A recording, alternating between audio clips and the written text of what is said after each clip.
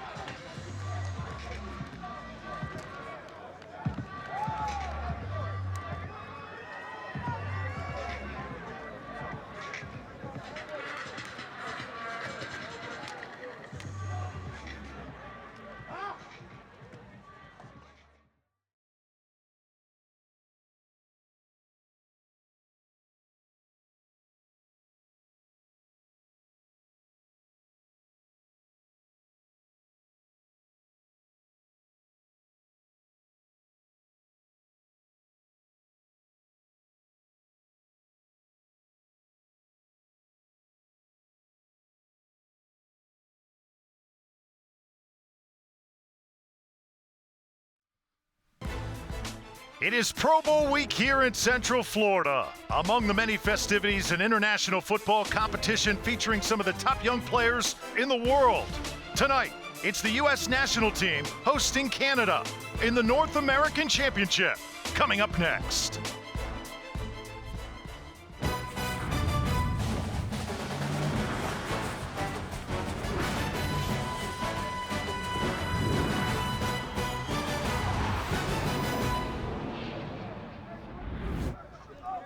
Tons of excitement in the air here at the ESPN Wide World of Sports for the North American Championship. Team Canada takes on the U.S. national team in the Under-18s.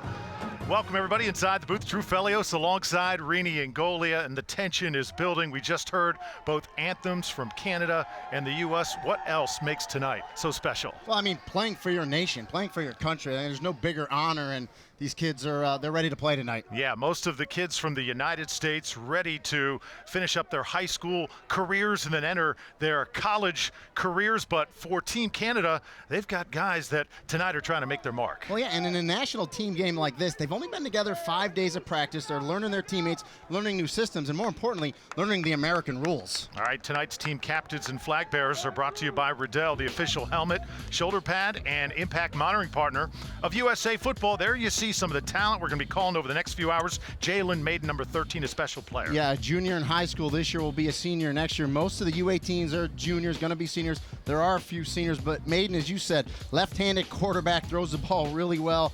Going to be very interesting watching him tonight. Dylan Zimmerman, a wide receiver for Canada. Keep an eye on him. Had a really good week of practice. Will Bates, very workmanlike for the United States, as Team Canada will wear the red here tonight.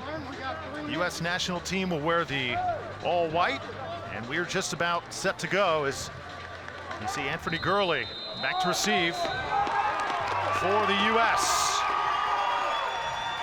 Sit back and enjoy a brand of football that probably not used to seeing very much as two countries clash here from the side of the Pro Bowl, taken from the 15-yard line, and that's a fabulous move made across the 30 and to the 43-yard line by Gurley.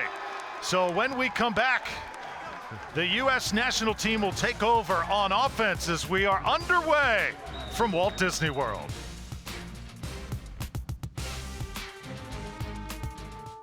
We see the leaves turn and know it's time. A rite of passage, with the field as a classroom and hash marks as guidelines. We see teammates becoming friends, friends becoming brothers. We see moms and dads standing taller as their kids dig deeper. We hear laughter and lectures, pads popping, praises sung through a face mask, echoing over proving grounds, where character grows stronger and lessons last a lifetime. But we also feel the power of teamwork and the magic of mutual goals. We feel the emotions of triumph and loss, the development and growth of team. And that's why we do what we must. To certified coaches are trained. To verify safety measures are taken. Testify about the values of the game. To strive relentlessly to satisfy every player and coach's desire to be better.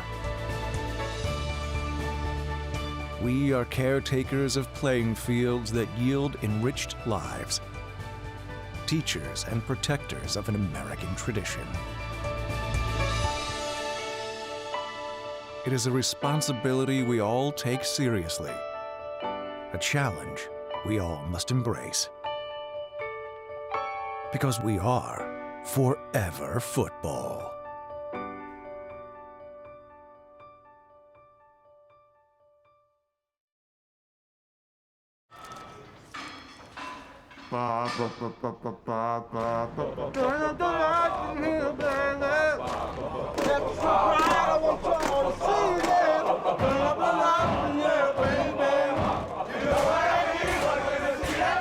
Want you to see all of the lights.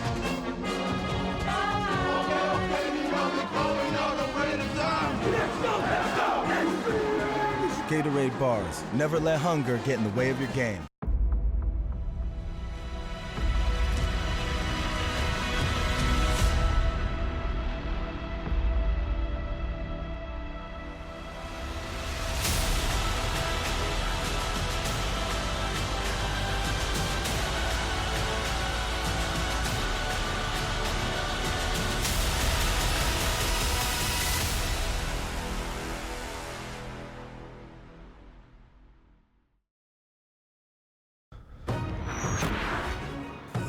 The North American Championship is brought to you by Riddell, the official helmet and shoulder pad of USA Football. Gatorade, fueling the U.S. national team, fueling the future. Upper Deck, the official trading card of the U.S. national team. And USAFootball.com. Sign up today for our parent, player, or coach account on the all-new USAFootball.com.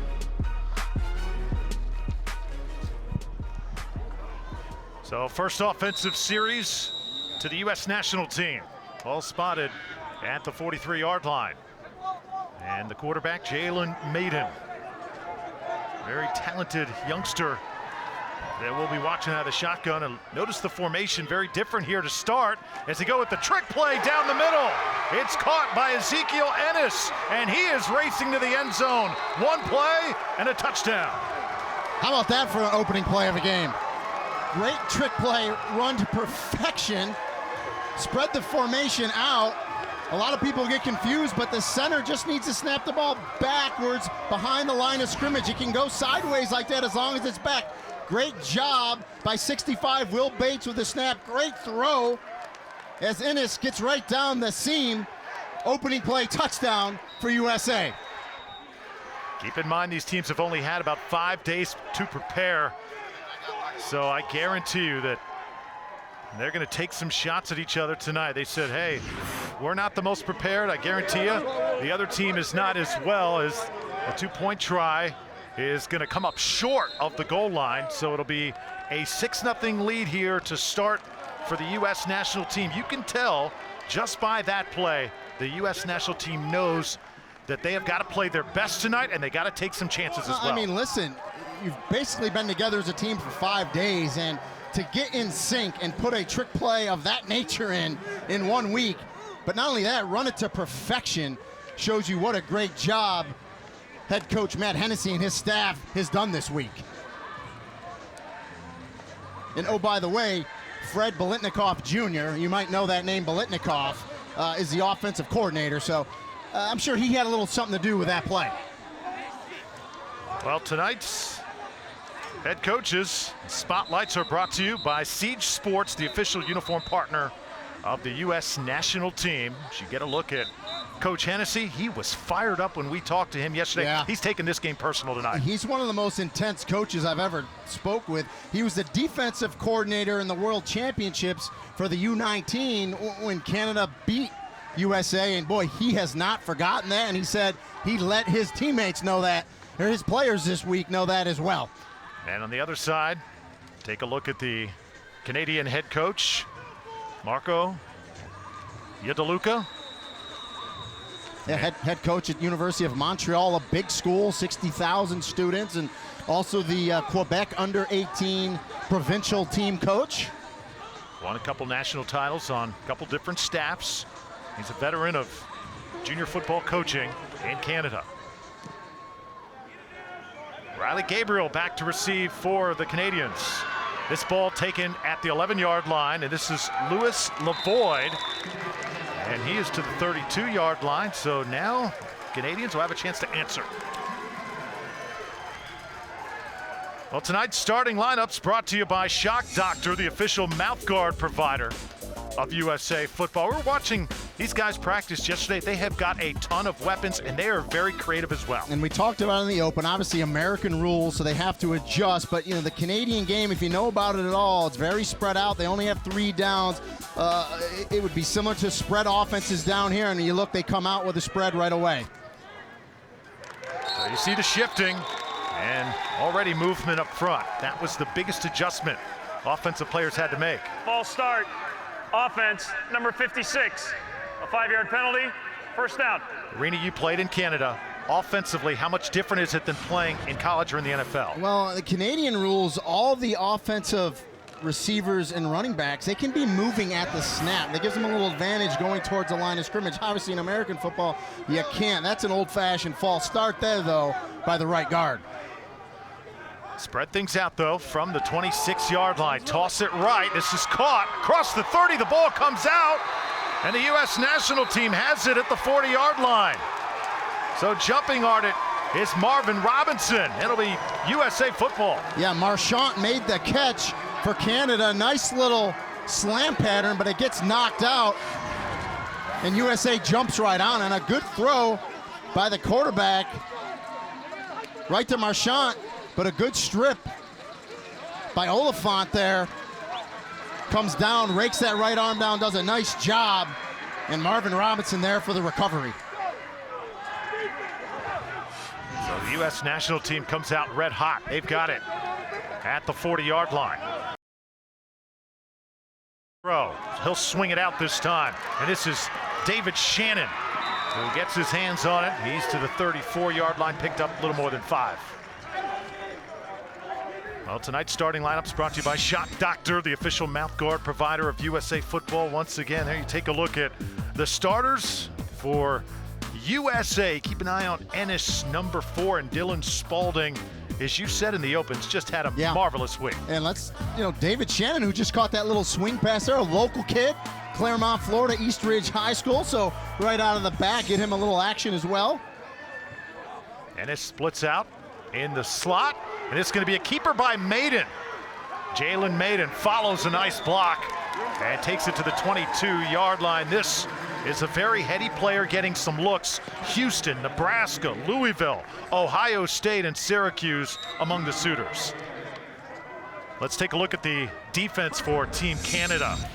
They've got speed, and they said that we're going to know in the first few minutes whether we can hang with Team USA. Well, and so this game's a little different because these teams, they're worried about just getting their systems and worried about themselves. Neither of these teams have scouted the other team, so they're worried about what they can do, not what the other team's going to do. But as you said, they're going to know real quick how good the other team is, how the opponent is. Run this one. It'll be a very short run. Brody Williams, number 51, right there, and he is the emotional leader of this defense. He sure is, and he's going to have to make a lot of plays tonight, Brody Williams, for this Canadian team to hang in this game, in my opinion. And he does a nice job fighting off the block, and that's what you got to do as a middle linebacker. Read it, recognize it, and react. And that is exactly what Brody Williams did right there to make that tackle. Now we asked Coach Yedaluka, biggest characteristic that he loved in his team. He said, we just love to fight. We will not quit no matter what the score is here tonight. And after the loss of 2, it's 2nd and 12. Roll left now. Maiden sizing up the field, toss it sideline, and incomplete. He was being chased by Lorenz Bowers. And the one thing I would tell Jalen Maiden right there, he's a lefty. They roll him out to the left. I like that. Just get that head up right away because he had Ennis wide open in the beginning. And I know he came off and kind of looked into the middle, but boy, if he reacts right away and throws that, they got a nice gain there on 2nd down, which would have made this 3rd down much more manageable. Now you're in a 3rd and long, 3rd and 12 situation. If you're Canada here, you probably want to kind of pin your ears back, maybe send some blitzing here and try to get some pressure on the quarterback. 3rd down and 12. Maiden takes his time, gets it to his playmaker. Nice move made at the 25. And taking it up is Lance Jones. Inside the 20, going to be well shy of a 1st down. Yeah, but a safe play, a nice little swing pass to Lance Jones. And I like how he planted that left foot, squared those shoulders, and got upfield and nearly picked up this 1st down on 3rd and 12. Right there. And one thing I would tell him, secure that ball high and tight a little better. It was waving a little bit, but he does a nice job there at the end to get behind his shoulder pads, lower, deliver the blow, and pick up every yard he can, and gets it to a 4th and 5 here. So a decision here for Matt Hennessy if he's going to go for it or kick a field goal. Tackle made by Dylan Zimmerman as a player is down. We'll step aside from the ESPN Wide World of Sports. Just underway here in the North American Championship. USA with a 6-0 lead.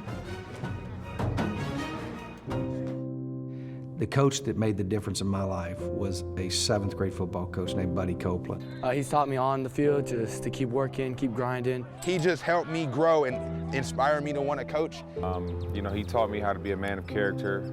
I had never played center before. He gave me an opportunity after he told me I was not a tight end. He made that very clear. At his level, to be able to reach back and impact my life and impact the lives of other people, I'll always appreciate that. He's just making me confident, which makes other people around me confident, and he's inspiring me on and off the field. He was just a middle school coach for, I think, 39 years. He changed my life, so thanks, Coach. I say thank you. Thanks, Coach. Thanks, Coach. Thanks, Coach. Thanks, Coach. Thanks, Coach. Thanks, Coach. Thanks, Coach. Yeah, I would certainly like to say thanks to Coach Bruce Brown. Thanks, Coach.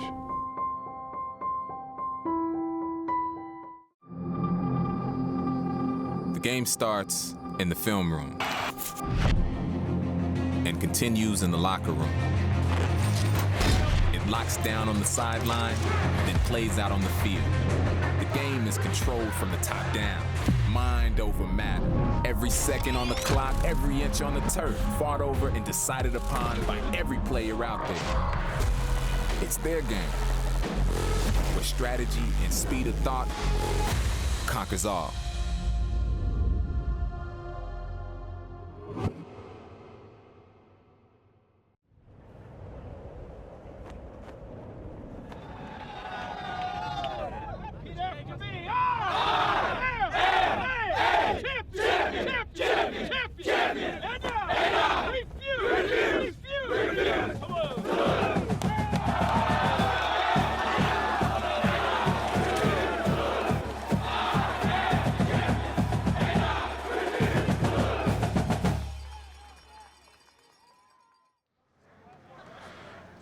Back here at the North American Championship, field goal try for the U.S. national team, trying to add to the 6-0 lead. The 35-yard try for Hayden Rome.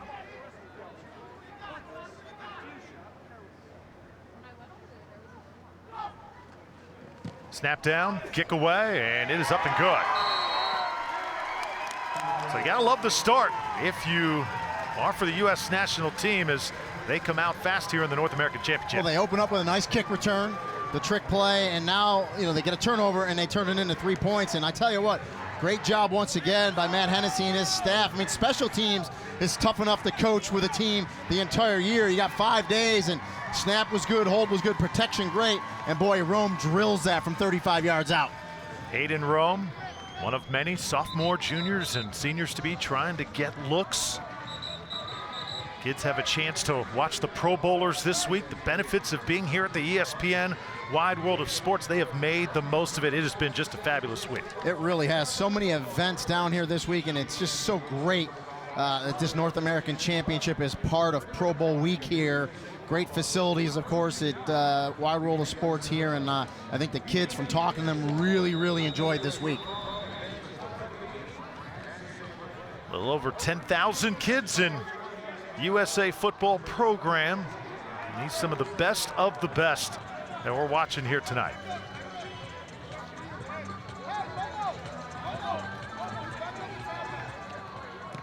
Louis Lavoie back to receive for Canada. He's got it at the 6-yard line. Lavoie has got some wheels. He'll take it outside, get a few blocks, and how about that spin move? Up to the 40 and knocked out of bounds. Yeah, nice return by Lavoie. Good little spin there at the end, and as you said, very good speed as he got that to the outside. An excellent field position for Canada. An important series, although it's early in the game with USA out 9-0 early. Important for Canada here to go down and put some points on the board.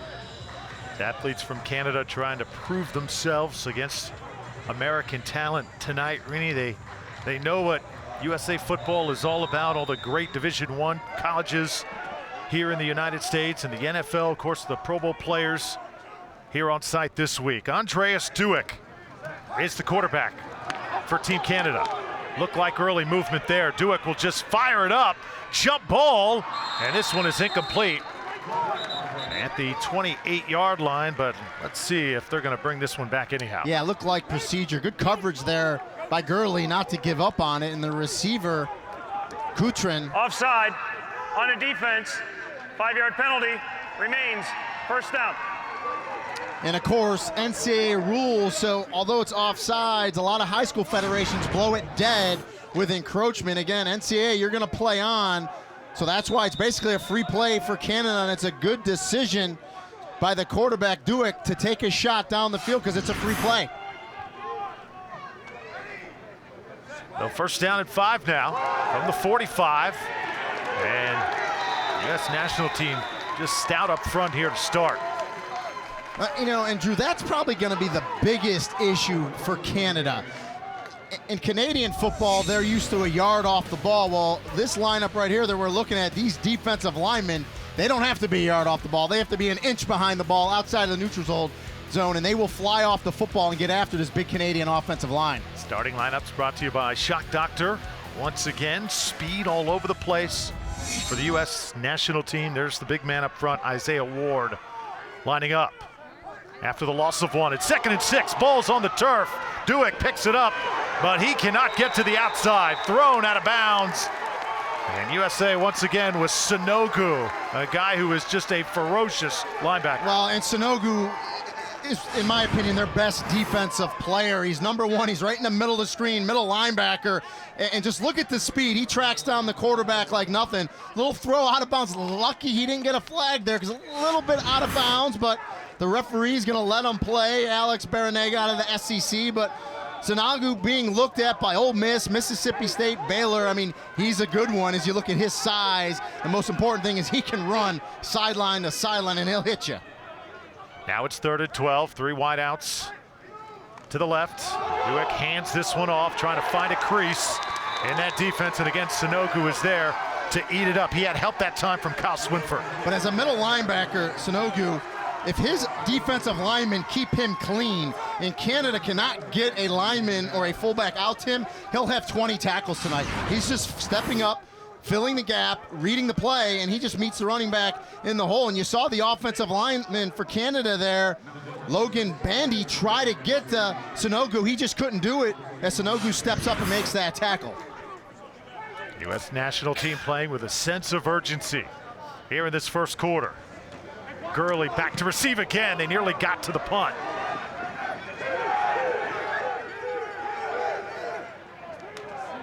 And this one's going to be down at the 21-yard line.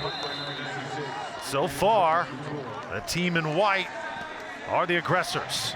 When you saw how intense their head coach, Matt Hennessy, was, he was the first one to greet Sanogo after that nice play. And it's intense out there. These guys are ready to play. And this USA team, they want to win this game, not only for themselves, but for their country. Yeah, Coach Hennessy, a defensive specialist. Yes. He's the head coach at Locust Grove High School in Oklahoma. He took over the program, Rini, when they had 2 wins in 2 years, and he's turned them into a perennial contender. Yeah, absolutely turned that program around. And after meeting him and talking with him yesterday, you can see how he's a very good coach.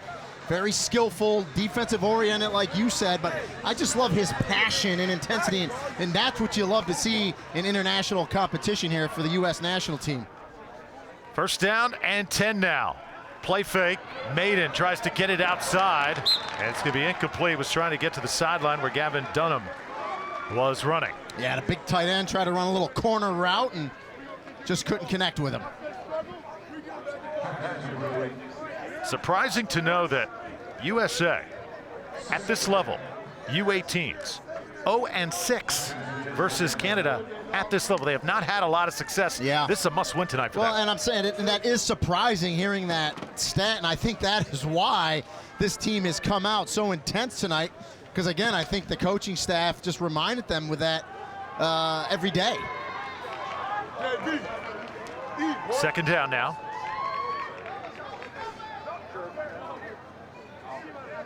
And this is Maiden, going to keep this one himself. Very simple. He'll have a first down. Simple but effective up to the 33. Yeah, you're right, and I love the play call. You know, they're in a shotgun formation. They move the running back up, and the fact that Maiden can run the ball, it gives you an extra blocker in the formation, because usually when the quarterback hands off, he's out of the play. There, tucks it in that left hand, his strong hand, and great job by his running back, Alec Meza, to lead the way there around the corner, and a nice run and a good first down for USA. Brody Williams made the tackle for Team Canada. U.S. national team on the move. Go to the screen. This time it's well set up. And another well-designed play. Andrew Bostic has a first down as a hat comes off at the 43. Yeah, a little screen play. Ran beautifully. Good job by the lineman. You saw the helmet of the linebacker, Brody Williams, come off again. NCAA rules, he will have to come out for a play. But look at Maiden get the depth, drop it off to his running back, Bostic, and a good job of the offensive lineman out in front of him. Another first down for USA. You surprised at how smooth this offense is running so far for the U.S. national team? I really am, for only being 5 days of practice together. On the offense, a 5-yard penalty, first down. No, I'm not surprised to see that. You got an illegal substitution. You're going to have issues like that when you have new players playing together, and so penalties like that, the coaches, you can't get too upset about that. You take a look, and they're gonna break the huddle, and if it was Canada, you'd be good because you can have 12 guys on the field, but you can only have 11, and so you're going to have issues like that. That's on the coaching staff, and they know that. That's just, you're going to have problems like that, but should be good.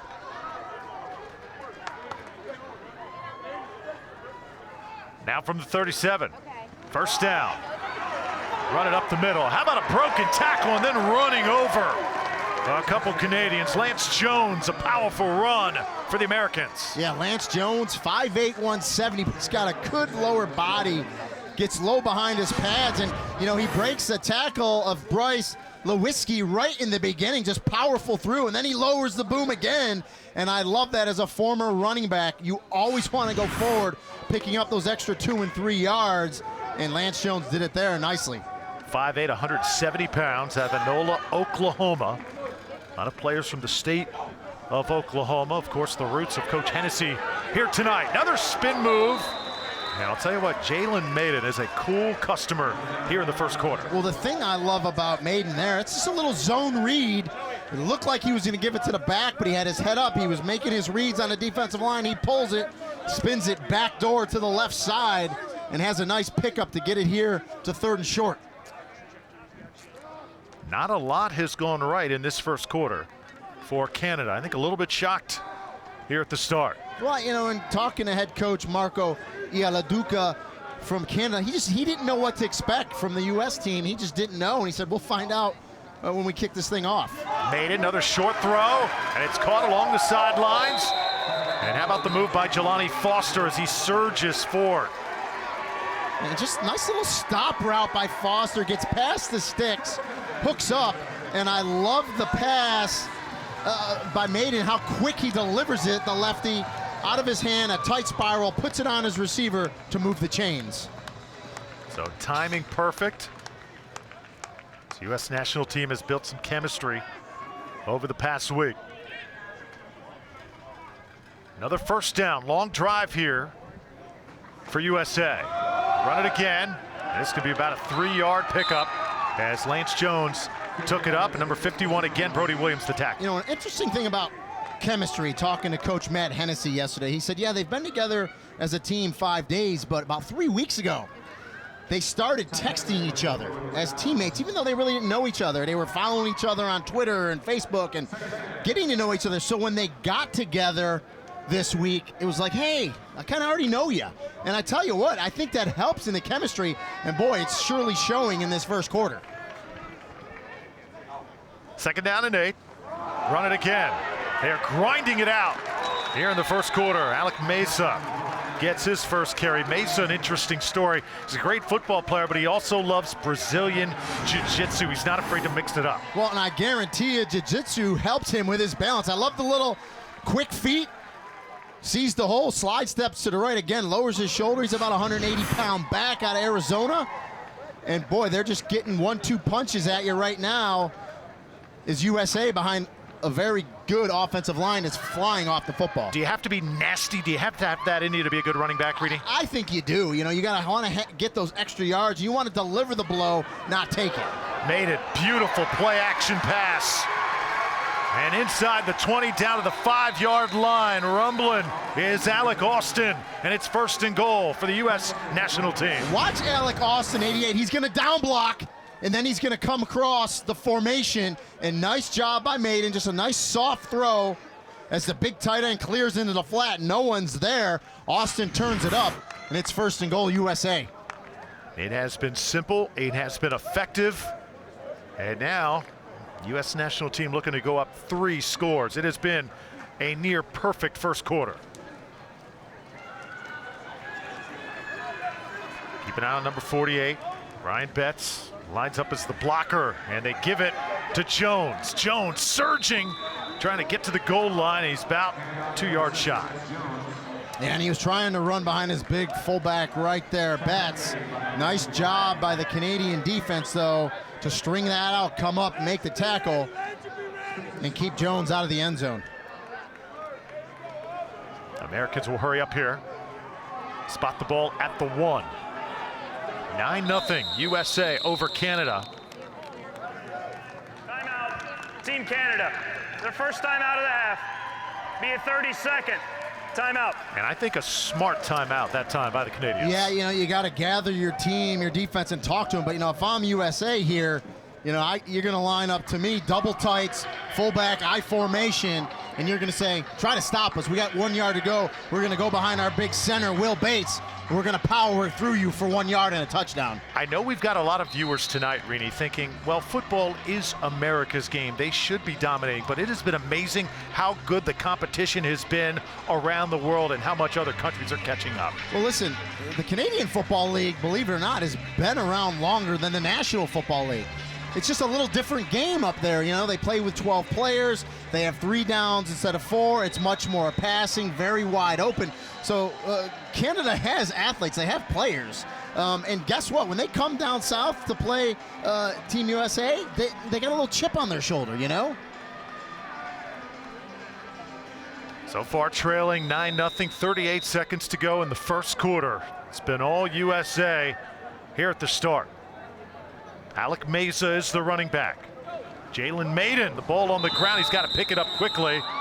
And it'll be a wasted down for the Americans. Be 3rd down and goal as we're about half minute away from ending the first quarter. Yeah, and they were going to score if he doesn't drop that snap. They were going off tackle behind the right tackle. Noah Poyer did a great job. The big fullback was leading the way, Betts, and just couldn't handle that snap to get it to his running back, Meza, who would have walked in there.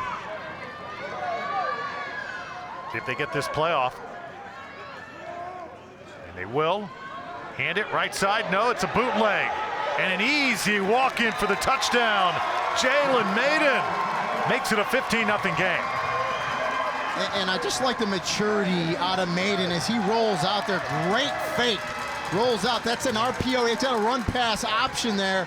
His receiver's covered in the back of the end zone, and he knows he has the speed to get this in the end zone. Right there, his tight end, Dunham's covered, but Maiden knows I have the speed to get it inside that pylon and score that touchdown, and he does it. Well, he got the entire Canadian defense going left that time. As they're going to go for 2 here. And how about this quick throw? It's going to be incomplete. Second 2-point try missed by the U.S. national team, but after 1 quarter of play, a 15-0 lead, I think they'll take it. 1 quarter in the books here in the Under-18 championship at the North American Football Championship. The U.S. national team and Team Canada. We got a good one here at the ESPN Wide World of Sports.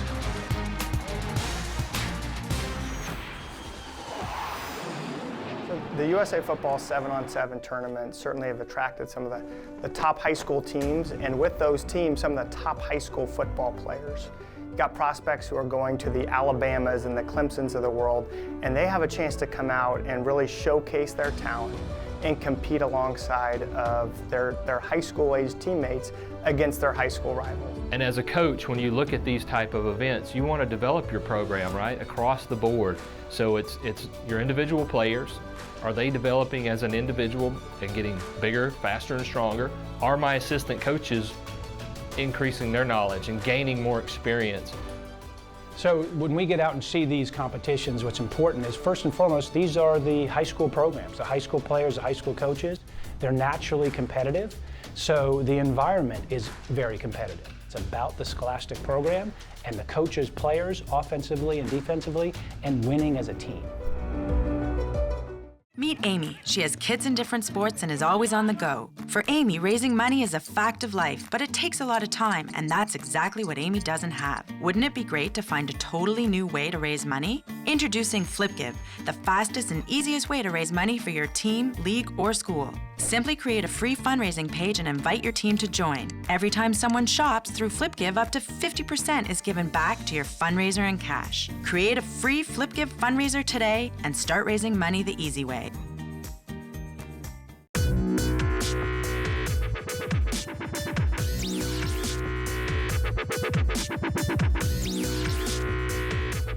So at St. Vincent Sports Performance, whether we're talking about Olympic athletes or middle school and high school athletes, the foundation is the same. We want to remove dysfunction and then build upon their sport-specific movements to allow them to function at a very high level on and off the field.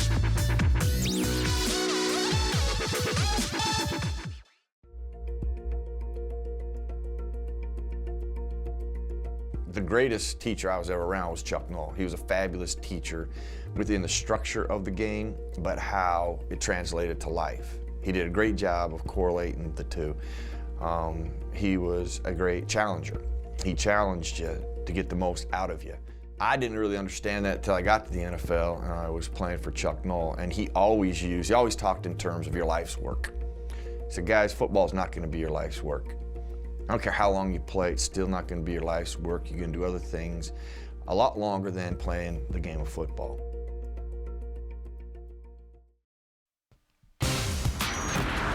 The North American Championship is brought to you by ESPN, an official partner of USA Football and the Heads Up football program. Volt Athletics, train on the same program as the U.S. national team. Cutter's Gloves, the official glove of USA Football. And USA Football's Coach Performance Center. Get access to thousands of online coaching education videos at usafootball.com.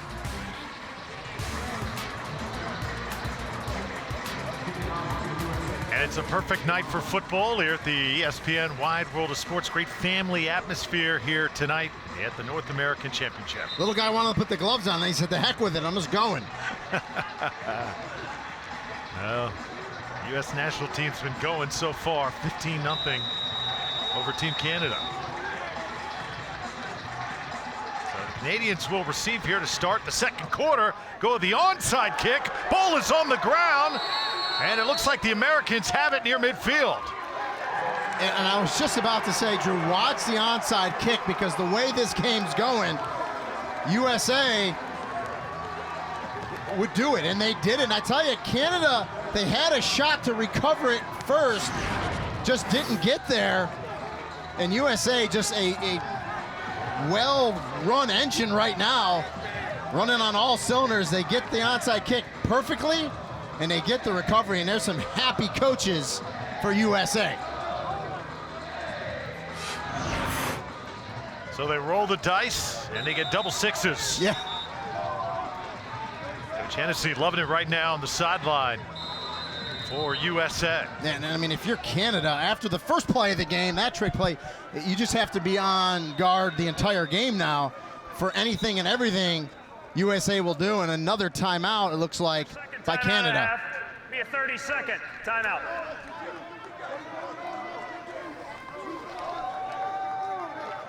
Well, so many great players have gone through the U.S. national team and USA Football. U.S. national team program has featured more than 650 high school athletes who have gone on to play NCAA football. And before these young men became household names, the national team featured prominent players like Heisman Trophy winner Jameis Winston. We've also got 2015 NFL Offensive Rookie of the Year Todd Gurley, Fred Biletnikoff winner Corey Coleman, among others. There's some of the guys who have represented Brian Winters of the New York Jets. How about Jameis Winston? Did I miss that? Did you mention? Because that's your guy in Tampa right there. I mean, unbelievable alumni that have played for the U.S. national team, and that's a testament that how good this program is, U.S. national football. And right there, just some great players that have come through the system and are the best of the best. U.S. national team, a little flip. Ennis is the ball carrier. He'll take it across midfield, pick up 4 yards. I'll tell you what, Brody Williams, number 51 in red, this kid can play. He's all over the place. And, you know, we talk a lot about USA and those kids getting scholarships and playing Division I football. Listen, the Canadian kids want to as well. You know, they watch big-time college football on TV. They see the big stadiums, and they want to impress as well. And, you know, there's a lot of American programs, a lot of colleges and universities that will go north of the border and recruit guys and give them a chance to play Division I football. This very much a litmus test for this Canadian talent on the field tonight. They want to see how they stack up. This one thrown inside the 40-yard line, and a great catch made right there by Ennis. Ezekiel Ennis has been a factor here in the first half. But look at the throw by Maiden. I mean, the linebacker, Lorenz Bowers, for Canada is dropping in coverage, and watch Maiden. The ball's going to get just over the outstretched arms of the linebacker for Canada and drops it in there perfectly to his receiver, Ennis. It's a great route and a great throw and a first down for USA. I mean, if you're Canada right now, you just got to be shaking your head because you drop back, you're in good coverage with the ball just over your hand. Trouble with the snap as Maiden goes down to get it. Flag comes down on the far side of the field. And right now, that's the only thing USA's done wrong tonight. A couple snaps we've seen hit the ground. Illegal formation on the offense.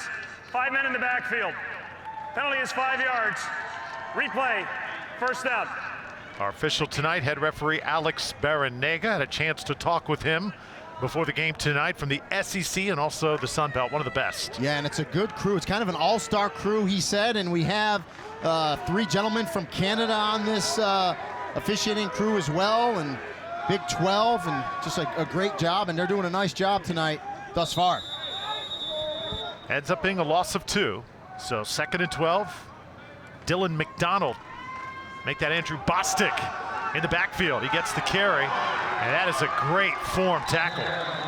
Saw 91 Hamlin come up and make that stick for Canada. Yeah, it looked like 27 Dylan Zimmerman was in on that tackle as well, and he played wide receiver, but coming in on that tackle again, as you said, 91 Hamlin there as well. And that's what you need to do if you're Canada. You have to attack. You have to attack downhill, and you got to get off the ball. Now, it's an advantage for them on defensive line, too, because they're used to playing a yard off the ball. They're a little closer. They can attack quicker, and a big 3rd and 11 for this Canadian defense. Back to throw again is Maiden. This one's caught at the 35. First down and more. Rashad Bateman. Several offers, one from Georgia Southern. He says Odell Beckham is his favorite player, and those were some Beckham moves right there. And Bateman's just a junior, 6'2", 173 out of Tifton, Georgia. I like his size, and that's demoralizing right there for Canada. You got USA 3rd and long, 3rd and 11, and you just uncover Bateman. Little stop route, good throw by Maiden, puts it on him. He turns it up, picks up the first down, keeps his drive alive. So Bateman moves the chains, and a fresh set of downs just outside the 20.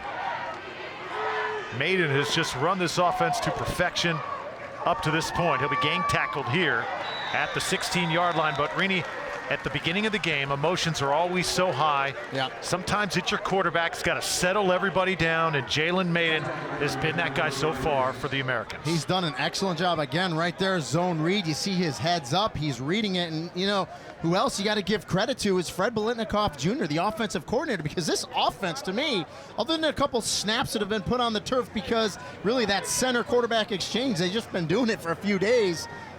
It looks like a well-oiled machine here running on offense. That certainly does. So many different guys making plays. Players have stepped up, and Biletnikoff Jr. showing his value as an offensive coordinator here in the first half. Maiden throws to another wide-open guy, and he's got it right at the first down marker. Another tough catch made by Alec Austin. Austin, a guy who's just got one offer from Drake University, but here's a guy that as time goes on, big-time colleges are going to pick up on. He's got great hands. Listen, they got some time before signing day, too, so a big tight end like Austin, you have a good game tonight, you never know. All of a sudden, the phone starts ringing, and a couple more school offers come in there. So, nice job by Austin tonight. We've seen him make a couple plays tonight. 3rd and 1 now. Canada really needs a stop. Backing up is Maiden. Tries to dump it over the middle. It's incomplete. Alec Meza had a step, and now decision time for the U.S. national team. With the aggressiveness of Matt Hennessy, I think this is a no-brainer. I think he goes for it here. Big offensive line, and I'll probably be wrong. He'll probably kick it, but we'll see. It looks like going to have a field goal coming up here for the Americans. 4th down, a little more than 1. I think they may go for 3. And I thought wrong. Yeah. They will go for it. Rainey, you were right initially. Yeah. Timeout called, though. Yeah, a little confusion. That's a good timeout. First timeout of the half. 30-second timeout. I just think at 4th and 1, Drew, this offensive line is big enough, is strong enough, and I just think you got to be able to power it through. And the way that you've run play action too, they have to respect the fact, Canada does, that Maiden can keep the ball on a keeper and get to the outside as well. Well, the U.S. national team regional development camps are 2-day events featuring NCAA coaches as instructors, providing athletes nationwide with a chance to earn a spot on the U.S. national team. In 2017, USA Football will host 30 regional development camps nationwide. Earn your stars at a regional development camp. Go to usafootball.com/regionals to learn more. And I can't say enough about the U.S. national team and USA Football. They've done a tremendous job with our young athletes coming up the ranks, starting from the real young age up to now and then on to college. And of course, we saw the alumni and the pros, and it's really a nice job. So with a 15-0 lead, U.S. national team going to go for it here, and this is disaster. The bad snap. Maiden just tries to fall on it at the 30. Nonetheless, it'll be Team Canada ball. Yeah, and really the only thing USA has done wrong tonight is we've seen some errant snaps and just can't connect. And this is shotgun snap, and it's just a little low and to the left, and Maiden couldn't handle it. I believe it was Will Bates, the center, and he was trying to get out, reach block on that. And sometimes as a center, you're worried about getting out to your responsibility, blocking first, and you forget the biggest priority, and that is to get the snap back there. Heard the Canadian fans. They were on their feet for a moment. About 150 families made the trip down here to Central Florida. That's intercepted at the 45. The U.S. national team will get the ball right back. Anthony Gurley in the perfect spot. Yeah, Canada, they get the sudden change, the turnover. Duick tries to hit it down the left side, and Gurley's there. He just falls off his coverage. An easy interception, and USA will take over the ball once again. After the change of possession, unnecessary roughness on the offense, number 6. 15-yard penalty will be added to the end of the run. First down, Team USA, timeout. Just when it appeared the momentum was swinging towards Team Canada, the big play by Gurley. U.S. national team will get the football when we return to Walt Disney World.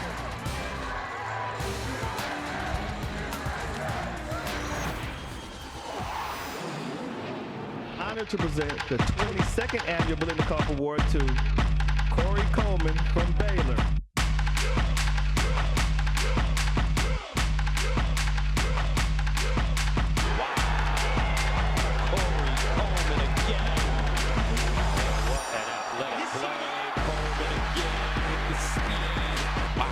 Got a 45-inch vertical, runs a 4.3. I'm the best wide receiver in the country.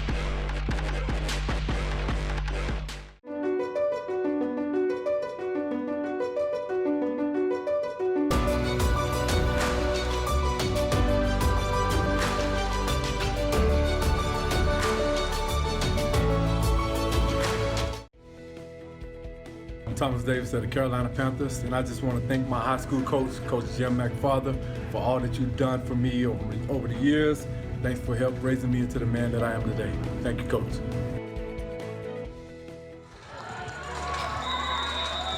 Tough luck on the sideline right now for Marco Yadaluka, the head coach of Team Canada, trailing 15-0 and coming off a turnover now.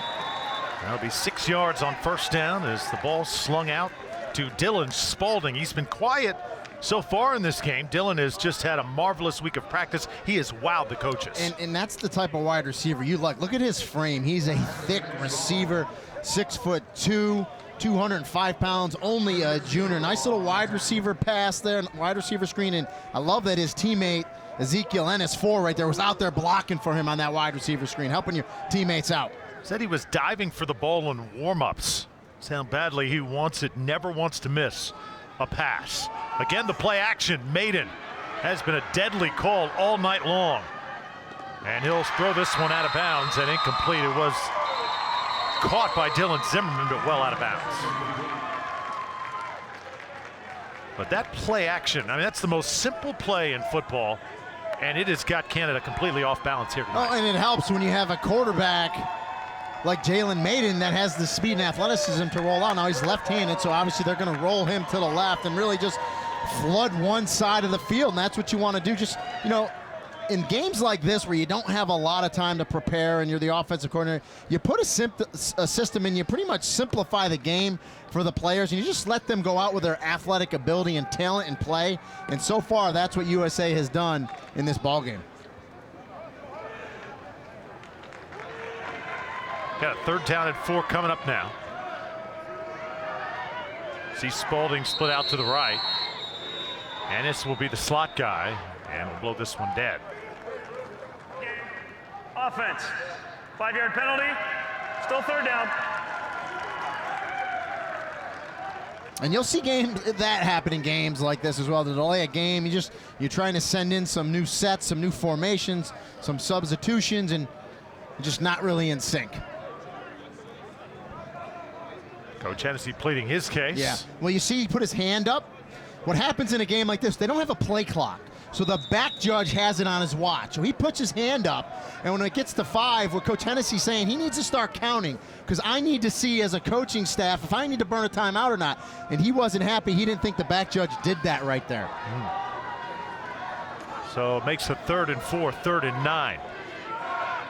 Trips to the right for the U.S. national team. Maiden fires again. He is on point here in the first half as the catch made at the 21-yard line. That is going to be a little bit shy of a 1st down. I believe there's a flag on the play as well, Drew.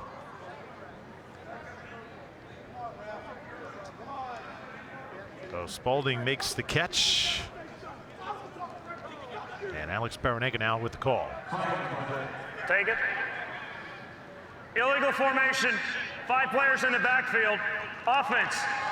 Penalty is 5 yards from the previous spot. Replay, 3rd down. Yeah, and that's the 2nd time we've seen that tonight for USA. You got to have 7 guys on the line of scrimmage. So what happens is, inevitably, a receiver, you look at the top of the screen, one of those receivers, the slot guy, needs to be up on the line of scrimmage. He's back. That doesn't give them enough players, and that's what happens. You get 5 guys in the backfield. And now a 3rd and 14. USA going backwards here. Maiden going to try and get it all back with one throw. No, he'll just take a little this time as Spalding steps out of bounds at the 31. So now 4th down from the 31-yard line. Looks like a punt or a field goal here in the works. Well, we'll see if they got into the range of Hayden Rome. Right now the quarterback's still in the game. Maiden. Watch a quick kick here. And he'll drop back. He's under serious pressure though. Maiden gets away. Somebody's open downfield. Touchdown! Spalding in the end zone. And the U.S. national team strikes again. Wow, that's all I can say. I mean, it looked like to me Maiden was dropped back in the shotgun enough where he may quick kick it. But watch how close his knee is to touching the ground from this low snap. Whoa, he puts it down, doesn't touch. Came about 3 inches, gets away from the sack, rolls to his right, puts it up, and his big receiver that we just talked about, Dylan Spalding, gets free in the back of the end zone for the touchdown. I think Team Canada defensively was amazed that time that USA was going for it, and they were backpedaling from the start. Number 6, 10-yard penalty, replay, 4th down. And it's all for naught. Wonder where that flag came from. We did not see it. Yeah, and they got Lance Jones, the running back, with a hold there. And now I believe you'll see a more traditional punt. So wipe that one off the board as Rome punts it away. This one taken inside the 5. And we'll blow this one dead and mark it right there. And there's no fair catch that time. Yeah. Well, here's the thing for Canadian football. There's no fair catch in their game at all. So I don't know if the receiver, Coutrin, waved his arm and started running. You know Matt Hennessy wants a foul, but you see that a lot of times where the player will wave that arm, catch it, kind of take a couple steps, and the officials don't flag them. They just blow the play dead, and that's what they did right there. But regardless, horrible field position for Canada as they're backed up at the 5-yard line. Let's take one more look. Yeah, I mean, right there, that little bit of a wave is absolutely a valid fair catch signal. Good job by the officiating crew to call it. And the fact that he took a couple steps, I can see how USA wants a flag, but I've seen a ton of games in college where they just blow it dead and bring it back to the 5. Now Team Canada goes to the ground game. And it's going to pick up about 6 yards. It's number 24, Gregor Marthon, the ball carrier. First time he has touched it tonight. Yeah, Marthon presses the hole nicely there, bounces it to the left. And a nice pickup to get them away from the goal line there on first down. Goal for this offense for Team Canada. Just keep the U.S. national team off balance, but they just have not had the football in the first half. Well, that's been the problem. The Canadian defense has been on the field almost this entire first half. Toss this one out right. You see the American players trying to jump those routes, as this will be a first down catch by Evans Passe Coutrin. And that was Oliphant for USA that tried to jump that route. I think he was thinking pick 6. He misses it. Coutrin makes the catch, turns it up, and I believe that's the first down for Canada tonight.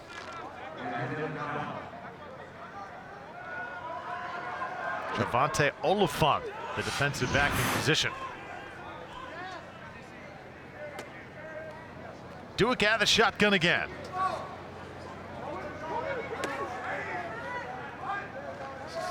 Speed of this U.S. national team has just been suffocating. Ball comes out inside the 10 as Lofton falls on it for the Americans, but there is a flag. Yeah, and it came from the referee, Alex Baranega, so we'll see what the call is. The ball was definitely fumbled, though.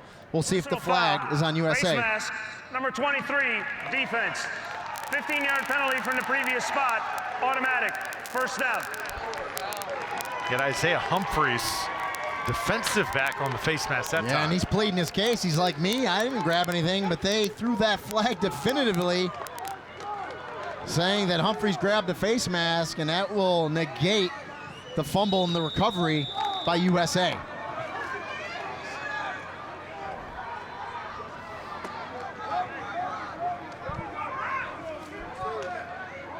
First down, Canada. Best drive of the game so far for them. Oh, big hit made right there. That's number 20, Daniel Cantrell, the linebacker. And watch how Cantrell comes up and makes that hit. You want to talk about great form. See what you're hitting, lower, head across the bow, come up, look at that. Get that head up, I like it. Look, see what you're hitting. Very safe, great fundamentals. Come, make that tackle in the backfield. TFL tackle for the loss there for Cantrell. Cantrell out of Boise, Idaho, 6'1", 220 pounds. Another guy shining tonight under the lights here at the Walt Disney World Resort. 2nd and 11 down after the loss of 1. Duick wants the home run. He's got a man out there, but just leads him a little bit too far. Was looking for the speedster, and it was Coutrin.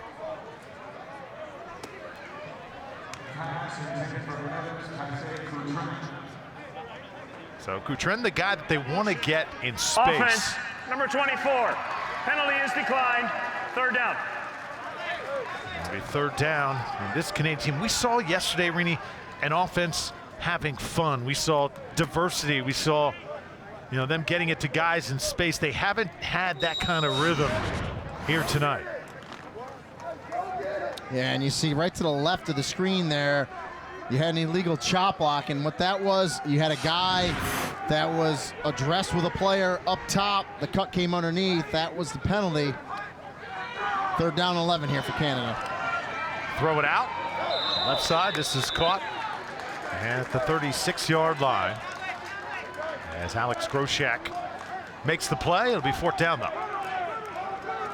So now if you're Canada, you try and go for it here, and they're going to bring the punting team Yeah, on. no, you kick it here, it's 4th and 8, and if you're USA, I'm surprised Matt Hennessy doesn't take a timeout here. He's got 2 left to save as much time as he can, because there's no doubt they want to score here before half.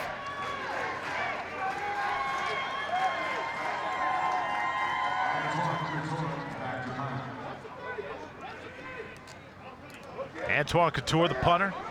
Rush comes again. They nearly get to it.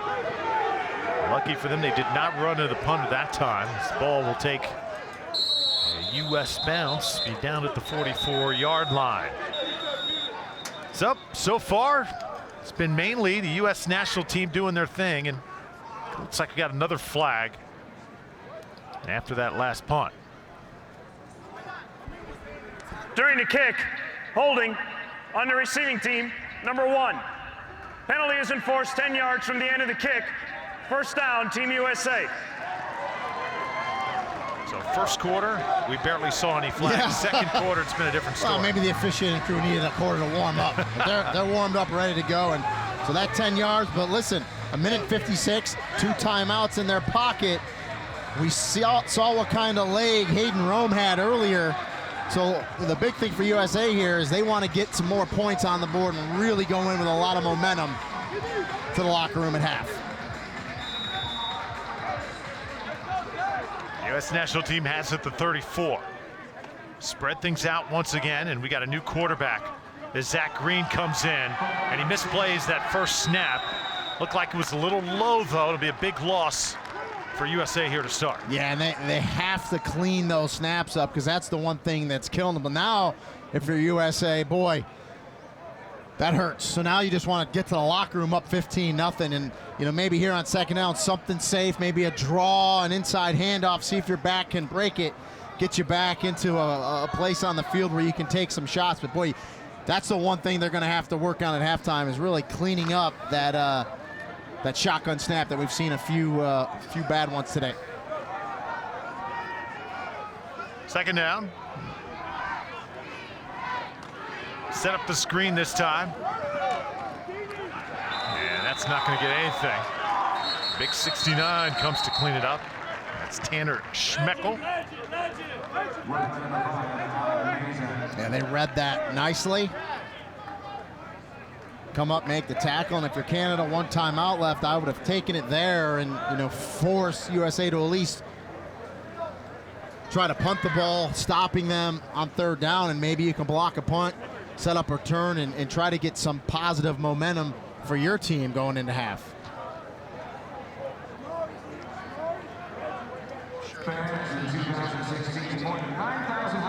So USA 15, Canada nothing, 102. Left to play here in the first half. USA came out smoking right out of the gates. Canada's had some chances to get back into it, but just have not been able to take advantage. I think the big story, though, along with the great play of Jalen Maiden, the quarterback for USA, has been their defense. It's been suffocating. Yeah, and I think that's the issue the Canadian team just can't deal with, is the speed, I think, of that defensive unit, especially sideline to sideline. They can all run. 3rd down and a country mile for USA. And we'll just keep it on the ground. Andrew Bostic gets what he can. Bostic says he tries to run like Maurice Jones-Drew. Take a look at the youngsters for USA, taking advantage of this opportunity. So many of the guys said this is one of the biggest nights of their football life, getting to play during Pro Bowl week here at the ESPN Wide World of Sports and playing with the USA across their chest. And that's the biggest thing, is the honor of representing your country. And there's no honor bigger, really, in sports, I don't believe. And these kids have a chance to come out here and do it and play in a North American championship and bring it home for their country. Very emotional in the pregame. Both national anthems played. First for Team Canada and then for the USA. Good first half for Andrew Bostic and the Americans. Also, that guy right there, Brody Williams, has played really well. If I were a Division I football scout from a big-time college, I'd be making notes. Number 51 would be a guy I'd want to have. And Rini, over the years, we've seen much more Canadian players come into big-time college football. I know you do games all over the country. Yeah. And they have really made an impact. And I think it's only going to continue. Some schools like Syracuse and Nebraska and North Dakota known for recruiting Canadian players. And you know, it's usually those schools that are a little closer to that border, and it's easy for their recruiters to get there and see them and hear about them. But you're right. I mean, every program you're seeing Canadian players come down and play big-time football, and you're right. Brody Williams is one of those guys that has that ability, and from Manitoba, one of those tough guys, and likes to hit. Hayden Rome to punt it away. 15 seconds left to go in the first half. Team Canada may try and come after this one. And again, we've got movement early across the front. Prior to snap, false start, offense, number 11. A 5-yard penalty, 4th down. And you see Rome back to punt. He's not that traditional 14, 15 yards you normally see a punter. They have him up a little closer, so if you are the Canadian team, you definitely want to try to shoot through there and see if you can get a hand on it and block this punt. Here comes the rush. He gets that away quickly. And another flag is going to come down. I think they had somebody run into the punter, Hayden Rome. So the USA may get this one back. Yeah, Rome was definitely hit. That's where the flag was, and we'll see Alex Barranega here. Roughing the kicker, defense, number 20. A 15-yard penalty from the previous spot, automatic, 1st down. And it's Jimon from Canada there, and that's where, if you're Jimon, you have to find a point about 2 yards in front of that punter and lay out. Now, it's tough when the punter's only 10 yards deep. Your target's a little off, and that's what happened is Rome gets that punt off, and he ends up getting roughed. It's only 2 seconds left. Time for one more play. Yeah, and if you're USA, you're just going to take a knee here, go to the locker room up 15-0. So Zach Green takes a knee. And a little feistiness at the end of the half from both the defensive line of Canada, the offensive line of the USA. A little bit of frustration on the Canadian side. They trail 15-0 as chance of USA ring out here at the ESPN Wide World of Sports. Yeah, good half for USA. I think Coach Hennessy's got to be happy, but I guarantee at halftime he's going to make sure his kids come out with the same intensity in that 3rd quarter as they came out to start the game.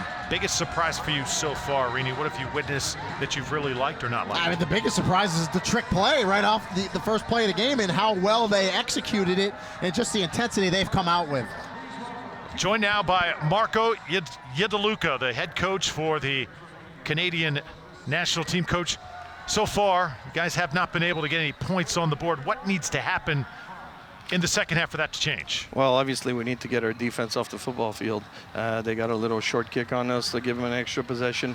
We had a nice little gain early on, which we fumbled the ball after the catch to give them the ball back again. And obviously that's what happens when you play on these 4-day practice schedules. They came out with a little trickery, which they executed well, and we weren't ready for, obviously, in 4 days of practice. So all the credit to them, but I thought we did much better in the second quarter of the game. We just need to get our offense growing a little bit and get our defense off the field. Yeah, Coach, I would agree, really. Other than that first quarter where they came out, opened with that trick play and got on you, it's only 15-0. So what do you tell your players at halftime to get them ready to come out in this 3rd quarter? Well, I'm going to tell them that I don't think we played a very good half of football, but yet we're still in the football game. So we were a little bit shell-shocked at first, but we got to regroup, come together, try to get an early score, and make it a game here early in the 3rd quarter. Marco, thanks so much. Thank you, guys. Best of luck in the second half. As Canada trails Team USA 15-0 here at the ESPN Wide World of Sports. The North American Championship halftime of the Under-18 Championship. We're back with more from Walt Disney World in just a moment.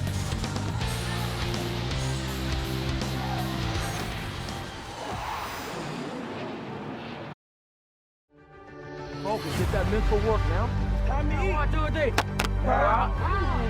We've been doing this since we were 7 and 6 and 5 and 4, all right?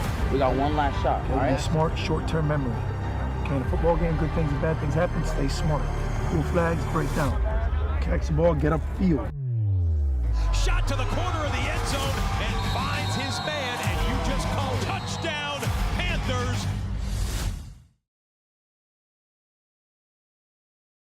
What USA Football is reinforcing is the things we already do, which is positive. But we've also had a number of coaches saying, hey, this is great that we're emphasizing this part of the game.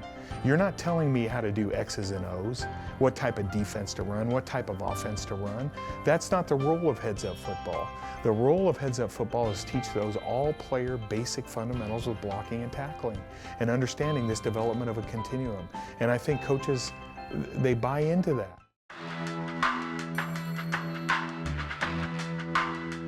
To me, it has nothing to do with what level you're playing at. This is just the right way to tackle, and we really think that we're seeing the future of football. Right foot, and boom! We have our hands ready, eyes to the thighs, so make sure our eyes are looking up. What we've achieved here really is a landmark moment. The idea that the NFL, Pete Carroll and Rocky Sett and the Seahawks, the American Football Coaches Association, USA Football, we've all come together to ensure that there's going to be consistent technique and consistent terminology taught through the shoulder tackling system. We believe in shoulder contact here, and we think that we have ways that we would like to share with you that might help your game. I think because of maybe some of the naming, heads up and hawk, people failed to realize that the actual fundamental principle was we wanted to tackle with our shoulders. The tackling discussion has just evolved. Just over the last 5 years with USA Football, we're finally able to now unify the language of how we teach safer tackling. If this system didn't work on the field, we wouldn't be having this conversation. This is where the game is going, and we want to make sure that we're working as best we can to solidify this game for the future.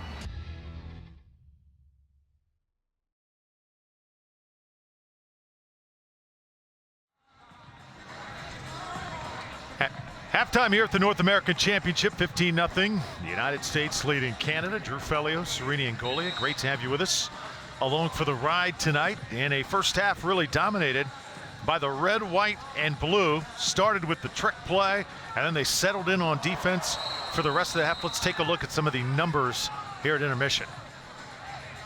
And you really hit it on the head. The intensity that USA came out with. And look at the big one right there, plays. 30 offensive plays for USA to 9 for Canada. Rushing yards, dominant passing yards, total yards. I mean, really just a dominant performance by Team USA. And it's just a two-score game, 15-0. USA had some chances, could not put points on the board late in the half, so they could not put Canada away. Let's see if Team Canada will take advantage in the second half. Okay, in 2016, more than 9,000 high schools, middle schools, and youth organizations participated in USA Football's Heads Up football program.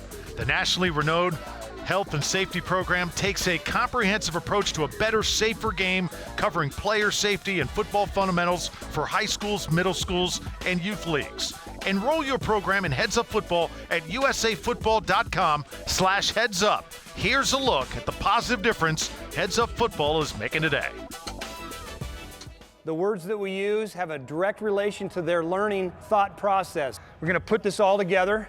So break down, go, close the gap. Right before making contact, I buzz my feet based on my hit step, shoot, and rip my way through it. I was really concerned about the game and the way the game was perceived, and me as a head football coach seeing a decline in the numbers of my youth program and the exposure of concussions and the way it was looked at in relation to high school football, and that concerned me. It first really kind of came across my desk when I started to receive phone calls from parents of youth players, middle school players, essentially going into high school, when mom would call me and say, hey, who's the player safety coach at this high school? And I would scratch my head and I would say, player safety coach, what's that? It sparked my interest. I think it's important for us to be out in front of some of these things and making sure that we're doing absolutely everything we can to make the game as safe as possible. I asked Terry Summerfield, who is a coach at one of our local high schools and a master trainer in USA football, to come in and do a presentation for our executive board on Heads Up Football. Our executive board thought the program was excellent. Heads Up Football is promoting the game of football in every aspect. So the board said, hey, let's take it to the voting body of the OSAA, the delegate assembly. And in spring of 2015, our delegate assembly voted to adopt Heads Up Football as a requirement at all our member schools.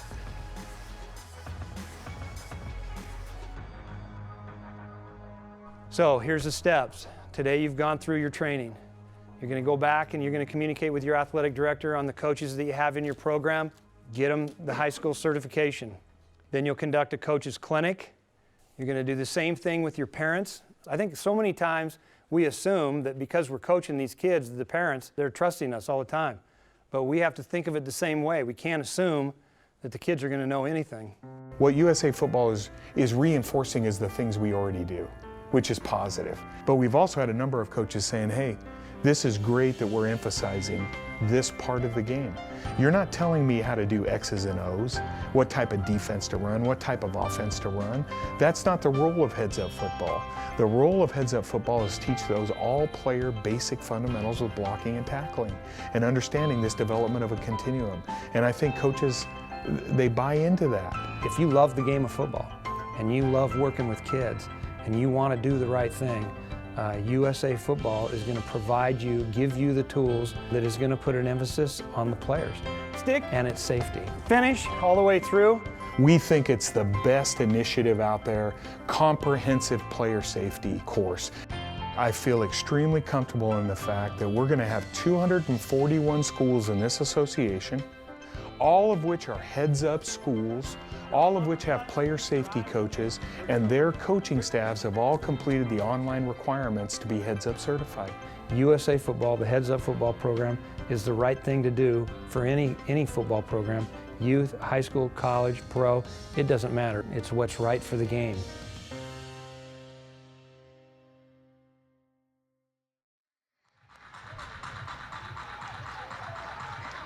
$15-0 here at halftime. The United States leading Canada. And we've got more from the Walt Disney World Resort here at the North American Championship. We're back in just a moment.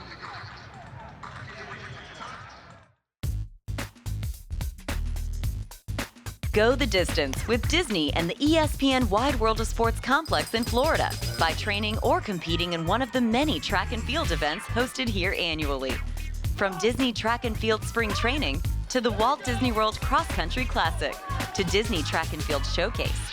Get ready for your season or get noticed by any of the numerous college recruiters in attendance. Check out DisneyTrackandField.com for more information.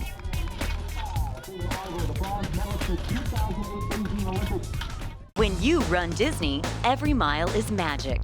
Marathon and half marathon races through the Disney theme parks are waiting for you at Walt Disney World Resort in Florida and Disneyland Resort in California. Known for courses lined with Disney entertainment and the best finisher medalers around, Run Disney events are a must-do for veteran runners and newcomers alike. For more information, visit rundisney.com. Disney Field Hockey Showcase is the premier event for the nation's fastest-growing sport. With over 100 college coaches in attendance, female high school athletes can contend for scholarships on the national stage. To find out how your team can compete here, visit DisneyFieldHockey.com.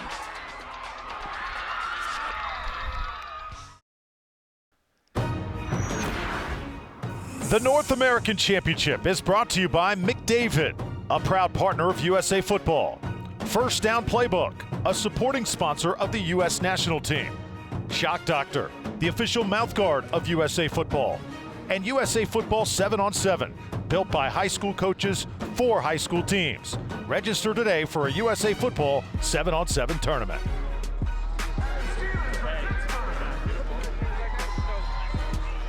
Well, it was an electric start for the U.S. national team, and they eventually took a 15-0 lead into the locker room. Drew Felios, Serini Angolia. Team Canada going to try and rebound in the second half because the United States hit them hard. Well, how about the first play of the game? You put two quarterbacks in there. You slide out Zachary Green, the direct snap to him. He's going to take a shot, but throws a strike to his receiver, Ezekiel Ennis. First play of the game, USA's on the board. Ennis just outruns everybody. It's his last shot against this Canadian team. He is hungry for a win here tonight. Then the play action, Maiden gets into the end zone. Yeah, great play action there. He has the speed, turns the corner, gets it inside the pylon, and USA was rolling early.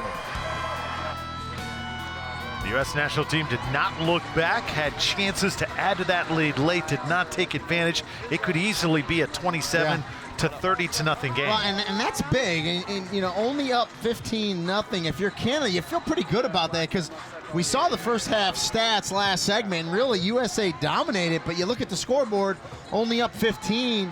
Any big play happens, Canada's right back in this thing. Canada's best player through the first half, Brody Williams, number 51, the linebacker, making plays sideline to sideline. Not much offensively, though, for the Canadians. Andreas Dueck, the quarterback, has been pretty much bottled up by this USA defense. Well, they've tried to take a couple shots down the field. The quarterback, Dueck, was intercepted. Again, give credit to the corners of USA, Gurley in particular. They have the speed and athleticism where they think, hey, we can cover the Canadian receivers one-on-one, and they're doing a nice job. And really, though, just not a lot of offensive plays for Canada in that first half.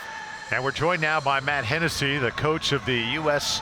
national team. Coach, we got a sense from watching you guys practice yesterday that you want this game badly. How bad do you want it tonight under the lights? Oh, there's no doubt. I mean, just the fact that we're 0-6 against these guys in the U18 game. We've talked all week about going 1-0 and starting a new tradition with the U18s. And the fact that most of our staff and some of these players, including myself, were on China and lost the last time we played Canada. So it's a little bit of a vengeance game for us. Coach, you came out with great intensity. What did you tell your kids in the locker room, and how do they come out with that same intensity here in the third quarter? Man, we didn't have to tell them nothing before the game. They were juiced and ready. And they've done a great job of getting ready all week. That's the thing that's been impressed me with these kids. Right now, we tell them, let's go finish. You got to come finish with the same juice. Start this second half the same juice you started with, and let's go finish. We don't have the turnovers and the penalties and all the stuff that killed our drives. We're way up right now. Coach, your quarterback, Jalen Maiden's a cool customer. Through all the emotion in the pregame, this guy really kept his composure, and he really has some great attributes on the field, doesn't he? No, there's no doubt. He's a special kid. He's a great young man, too. That's the great thing. His mama's raised a good one right there. All right, Coach, best of luck in the second half. Thanks, fellas. That's Matt Hennessy, who comes in here, the head coach of Locust Grove High School in Oklahoma. And he has stressed to his team what it means to compete for the United States here tonight. And USA Football, their Coach Performance Center. USA Football's Cutting Edge Coach Performance Center, featuring more than 1,000 coaching education videos by top NCAA, NFL, and high school coaches. Access USA Football's Coach Performance Center 24/7 and drive into football's premier coaching resource. Create your account at usafootball.com. Tremendous website. Had a chance to visit it throughout the week. It really is, and we ran that segment at halftime and really certifying coaches, making sure they understand the heads up, the proper way to tackle, and boy, USA Football, U.S. national team, they do a phenomenal job. And I was going to say something Matt Hennessy, Coach Hennessy said there was that Maiden's a good kid, and that's the thing. All these kids are good kids, good grades, all heading towards college, and it's just not what they do on the field, it's what they do off the field as well. You know what I thought was funny? We asked these USA kids, what was it like watching the Pro Bowlers practice? And few of the guys said, we weren't that impressed. They were dropping a lot of footballs. and they said, that's where we want to be. And listen, I tell people all the time, you want to watch good, fundamentally sound football, go find a top-notch high school program and a really good college program. And unfortunately, when guys start making millions of dollars, no one is really going to tell them the proper way to put the ball, secure the ball, or maybe, Odell Beckham Jr., you want to use two hands instead of one. They're not going to do it. Yep. There's Riley Gabriel back to receive for Team Canada. as they'll get the football first. Here to start the second half, Drew Felios, Serini and Golia, and our tremendous crew here at the ESPN Wide World of Sports. We are having a blast tonight as Hayden Rome is set to kick it off. High kick, and it'll be taken at the 12-yard line. And they'll try it left. This is Gabriel. As the flag comes down to start the quarter. Yeah, Spencer Smith, 45 for Canada, is going to get called for a block in the back right in the middle of the play, and that was an easy one there for Alex Baranega. Illegal block in the back. Number 45 of the receiving team. Penalized half the distance to the goal from the spot of the foul. First down, Team Canada. Yeah, right in the middle here, and close. You can get him on the side, but you saw that hand on the back, and you see the arm there of Baranega throwing that flag in there, and that's a good call. That's an easy call there, and not the way Canada wanted to start the second half, excuse me. This Canadian team knew that they'd have some challenges tonight because this year, a lot of kids that would be playing at this level moved up. Yeah. Rini, this is kind of like an under-18 B team that they've got on the field. Yeah, a lot of kids that normally would be on this team, we're going to see them in the next game playing for the U19s for Canada. Here's Dueck out of the shotgun. And Canada trying to get it in good range here. They take it up to the 12-yard line. Up-ended right there was Tadi Sawira, the running back. Yeah, Sawira just a little off tackle out of the pistol set and picks up some yards on first down. I think it's very important for Canada to really grind it out, get some first downs, and really let their defense rest and just kind of work the clock a little bit. Again, you're only down by 15 in this game, but you got to get some first downs. You got to get some momentum. After the pickup of 4, try and run it one more time. And this should be a first down at the 20-yard line. So finally, Canada able to move the line of scrimmage, and it's Sawira again. Yeah, Sawira again. It's really the same play. Good vision by the back to get that handoff, bounce it to the right side. And you see the defensive end there for USA just kind of has to freeze on that zone read. He's not sure if the quarterback's going to pull it or not. He doesn't commit to the running back. The quarterback, Dueck, gives it to the running back, and a nice pickup and a first down for Canada. Only the 3rd first down tonight for Team Canada. Now they'll try and run the slot. And looks like this could be a sack back at the 10-yard line. Looked like it possibly was a face mask, but the flag doesn't come out, and Andrew Johnson is high-fiving on the field. Well, you're going to see on the replay, he gets the hand up high. He kind of swipes the helmet of the quarterback, Dueck. Not enough to get the penalty. Believe me, if it was the NFL, you blow on a quarterback's head, you're going to get a penalty. And actually, it was actually 76. Kyle Swinford that got the hand up there. Could have been thrown. They don't throw it. And the sack gets registered by number 9, Andrew Johnson. A loss of 8 yards. And that's the first sack of the night for USA. One more time, they'll try and throw it on the fade route. And it looked like tie up there near the 30, but that ball probably uncatchable as the Team Canada coaches wanted a flag. And it looked like miscommunication as well, because I really believe he was throwing that ball to Kuchrin, 13. Thought he was going to run a fly pattern down the left sideline. He stops, he lets it go, and then the underneath receiver just tries to get to it, Noah Johns, and just can't get there, and that's a good no call by the officials. Team Canada now needs 18 yards. First drive of the 3rd quarter.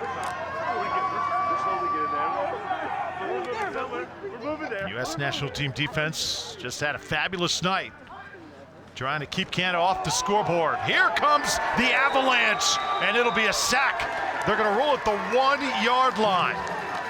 Druick just got snowed in. Yeah, and in case you're wondering at home, it doesn't matter that he ultimately gets driven into the end zone and tackled in the end zone. It's where that contact first happened by the USA defense, and it was at the 1-yard line. That's where the ball will be marked, and you just see the blitz right through the A-gap, and that's our man, Sanogo, right there, right up the middle. The running back just cannot handle him, and then his teammates get there as well for the Team USA sack. Mohamed Sanogo, he is playing angry tonight. If you're wondering What colleges are looking at him? Ole Miss, Mississippi State, and Baylor. He has not decided just yet. He's going to wait till national signing And I told him yesterday when we spoke to him that I did the Mississippi State bowl game. Illegal substitution. Team Canada, 12 players in formation. Penalized half the distance to the goal line. Remains 4th down. And getting back to Sonogo, I told him I did the Mississippi State bowl game this year, the same people, and I said, boy, they could use you on defense because there are some deficiencies on that defense, and I'm sure Mississippi State would love to have Mohamed Sonogo. Couture trying to punt out of the end zone now, and looks like he has taken a knee, so Team Canada takes the safety, and they'll surrender 2 points here. Yeah, interesting decision by Coach Marco Ialaduca to take the safety. He clearly does it on purpose. He's going to take the knee, give USA the 2 points. Now they'll free kick it from the 20. They just believe they have a better chance of giving up the 2, kicking it from the 20. But I tell you, in a game like this, that's a tough call for a coach to make, and he decides that's the best way, and USA gets the 2. Always tough to surrender points. So it makes it a 17-0 game. Well, because now even with the free kick from the 20, you still have to get a good kickoff. And, you know, with the speed of USA, they're going to set up a return, and they can end up with really good field position, and then it's a double whammy. It kind of backfires on you. So we'll see what kind of coverage Canada has here on this free kick. And it's their choice. They can free kick it, either punt it or kick it off from the 20-yard line. And most teams in this situation elect to punt the ball from the 20. And just as I say that, he's going to put it on a tee and kick it again. Totally their decision. The onside kick is in play, even though it's a free kick. Antoine Couture kicks it away for Team Canada from the 28-yard line. Lots of speed from Gurley. Gurley gets to the outside. Boy, he is a flyer.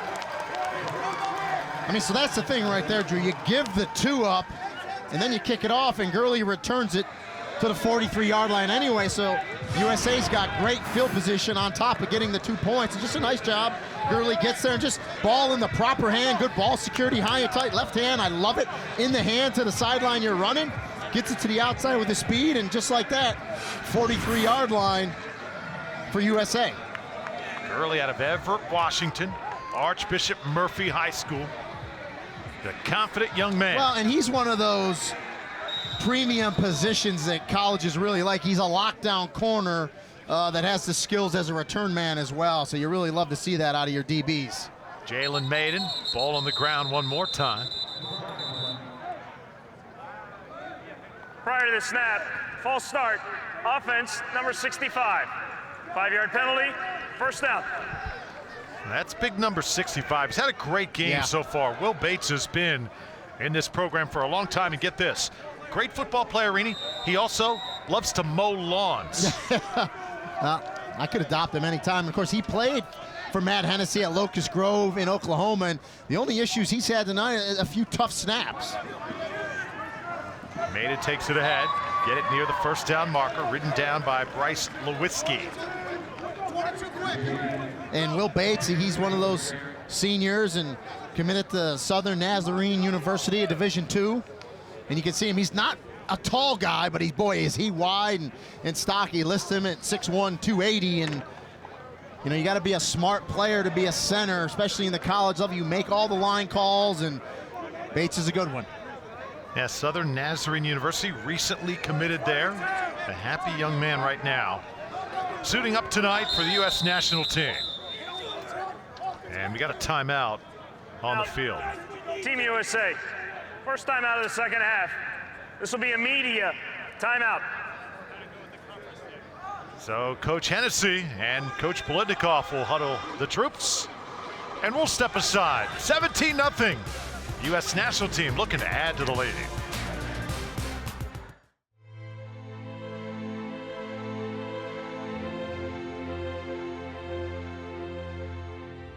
It's no doubt in my mind that tonight is our time.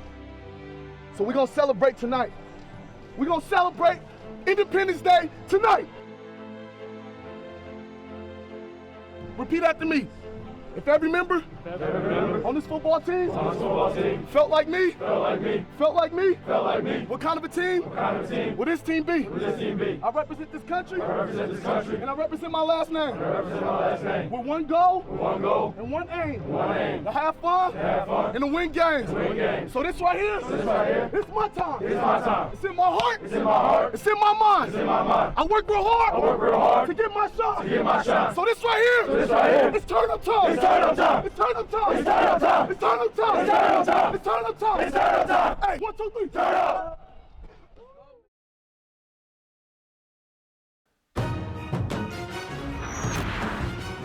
The North American Championship is brought to you by FlipGive, a fundraising partner of USA Football. St. Vincent's Sports Performance, the official sports medicine partner of the U.S. national team. Registration Saver, USA Football's exclusive youth league and camp registration insurance partner. And USA Football Shop. Get your U.S. national team and USA Football apparel and gear today at usafootball.com. Maiden back to throw for the U.S. national team. And that has been his favorite receiver tonight, Andrew Bostic. As Bostic takes it inside the 40 to 37-yard line. 17-0 your score. Drew Felios, Rini, and Golia, and our great crew here tonight on Championship Field at the ESPN Wide World of Sports. Well, you see the quickness out of Bostic there. Catches it, looks like he's bottled up, and he's got quick feet to elude a couple tacklers, get it upfield for a nice positive gain. It's been all USA from the start. Canada has had some moments, but unable to put points on the board. The speed and the play of quarterback Jalen Maiden has been the difference for the team in white. Maiden wants to throw again. This time gets out of the pocket and will get it to his receiver. That's number 11 again, Dylan Spalding on the catch. Yeah, and he picked up a few yards, and you're in that spot on the field, kind of that tweener spot. You're not going to punt it from here, so it's up to Coach Hennessy if he wants to give Hayden Rome a shot at a long one, or you go for it here on 4th down. And knowing his aggressiveness, he's going to go for it here on 4th down. I love the helmets of this U.S. national team. Aren't they sharp? The uniforms, everything. They're looking good. Resembles some Navy colors.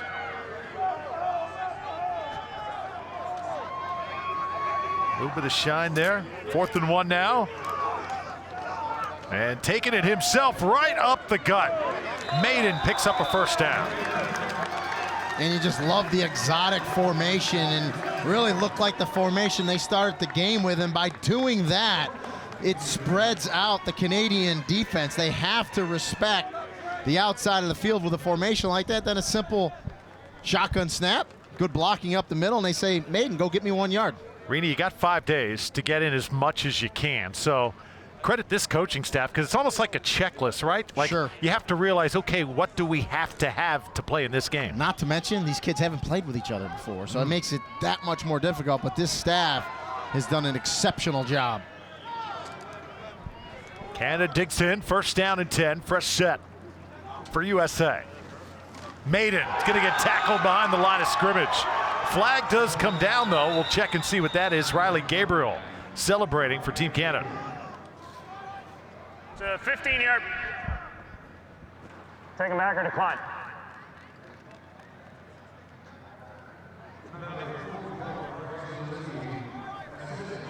Personal foul, chop block on the offense.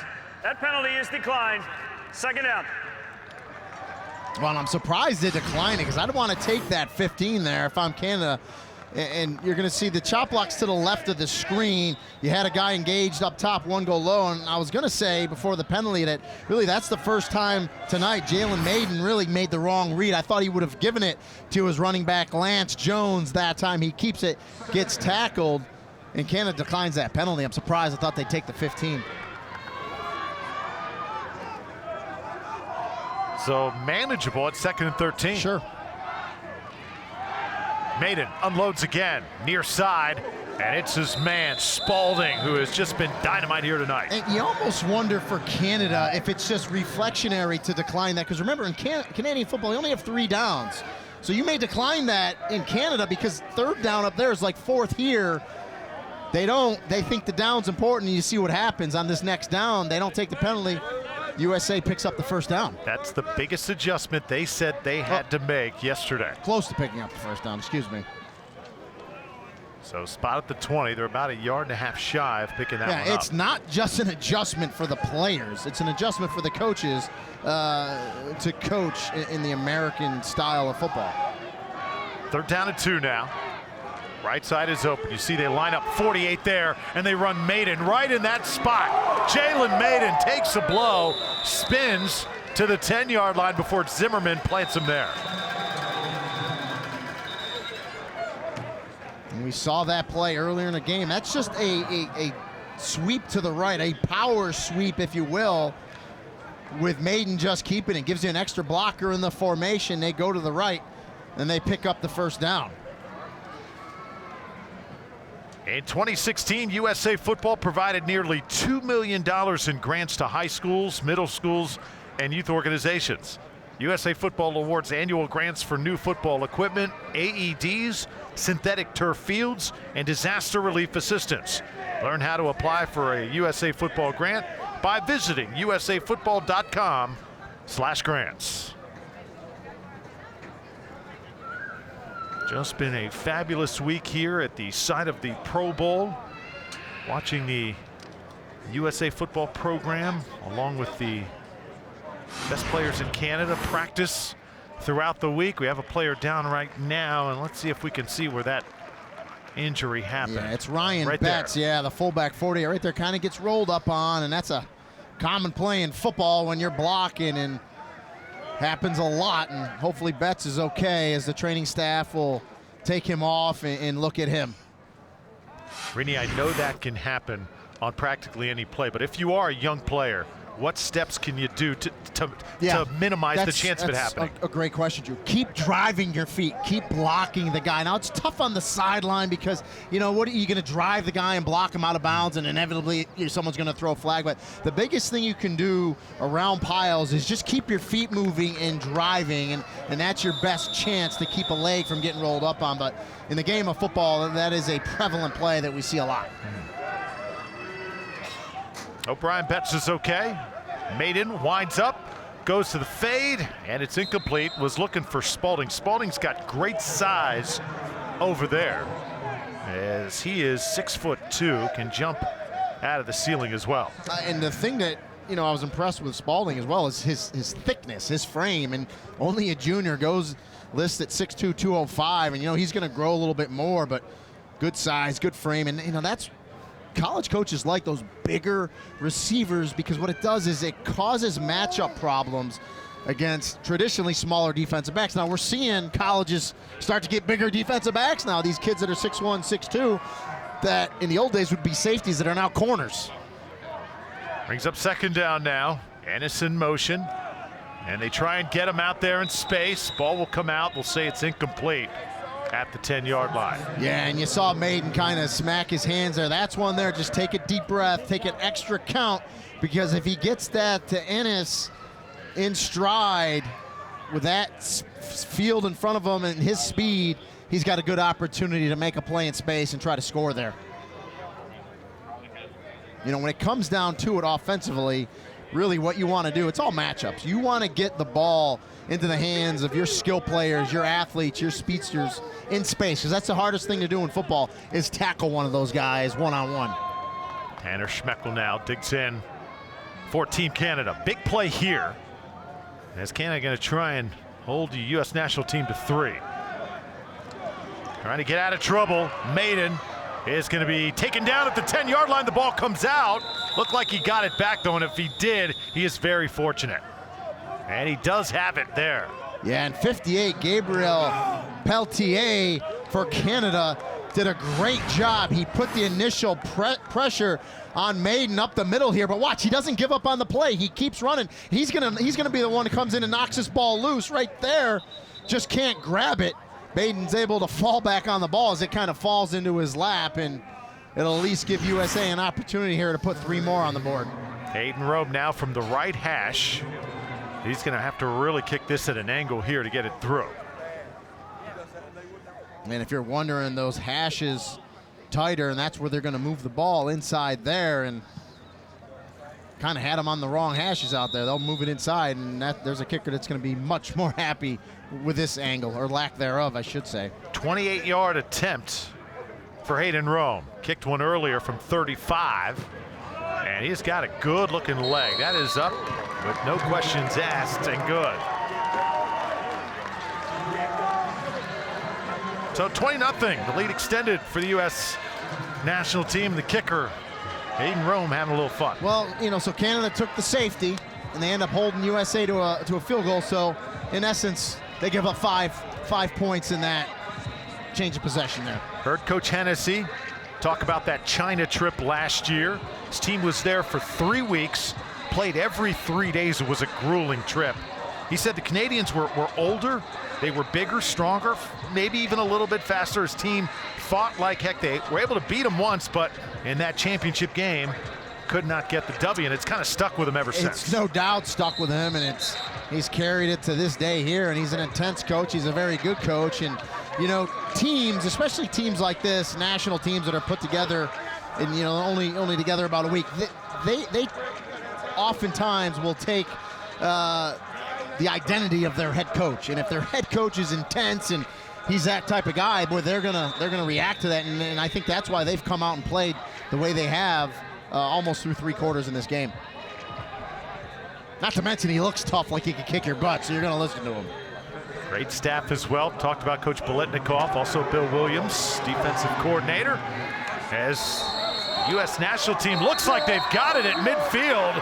The second time today they have rolled the dice, and once again, it is recovered by the Americans. Yeah, another onside kick, but really, you know, this is on Canada because they have a chance to recover this ball. You have to be in the right position, and they were in the right position. They just didn't recover, and you see the quickness of USA to get down there and fight for this ball. And just, listen, Canada wasn't fooled. They come up to try to make the recovery. They just can't get there at all. I mean, number 42, Jake Robertson, for Canada, has a really good chance to recover it, just doesn't do it. And just look at the reaction from Matt Hennessy and his staff. They're pretty happy, and they're like, feed me with a first down, and they do. They get it. Rarely do you see the guy celebrating the most, the head coach. Yeah. Usually that guy is the one keeping his cool, but not the case here. Coach Hennessy just having fun. That is what he is all about. This is a backwards pass. It is caught, and good job staying on the feet. Andrew Bostic gets it up to midfield as he shook the tackle of Randy Kabuku Mabenko. And again, great feat by Bostic, and it's a lateral to start with, and you see the unbelievable block from Ezekiel Ennison. He's thrown some really good blocks tonight, and you love that out of your wide receivers. And then the fight from Bostic to make something out of nothing to get some positive yards. Or at least get it back to the line of scrimmage. Kabuku Mabenko, slow to get up.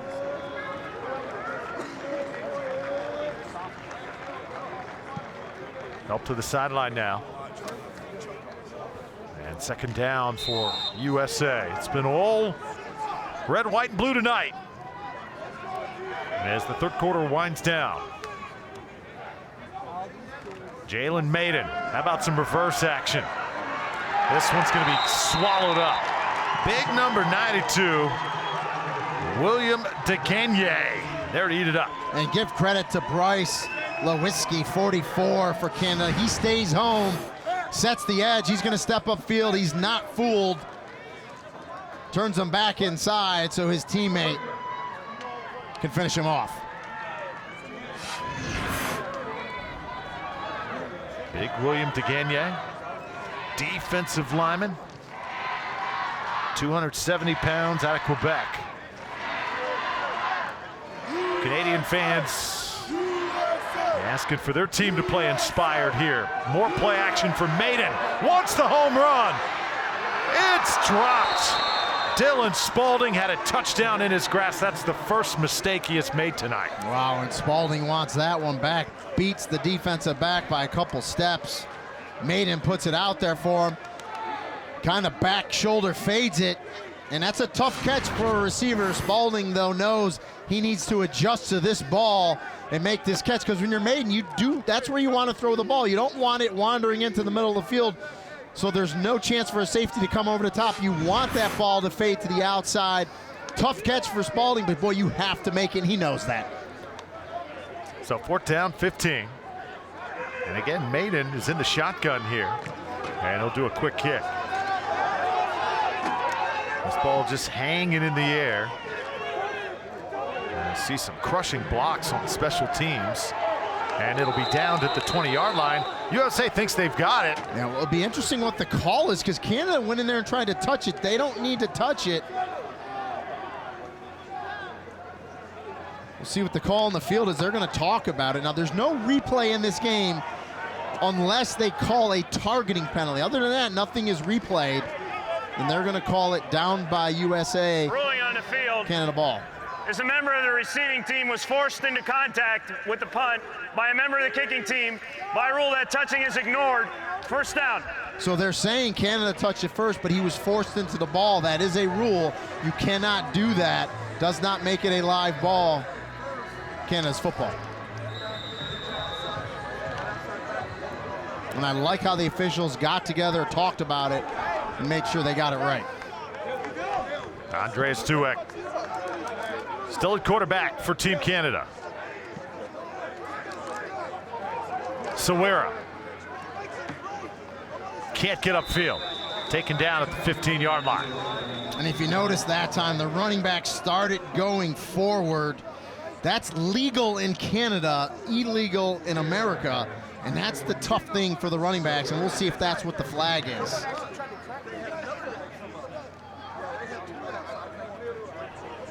And they'll push it back 5 yards. That is illegal motion. Yeah, and that's it's tough enough to prepare for this game, but if you're Canada, you got a few rules that you're just, running back, you're allowed to do that. And so that's a normal legal play in Canada.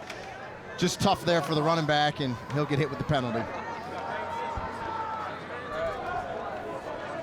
1st down at 15 at the 10.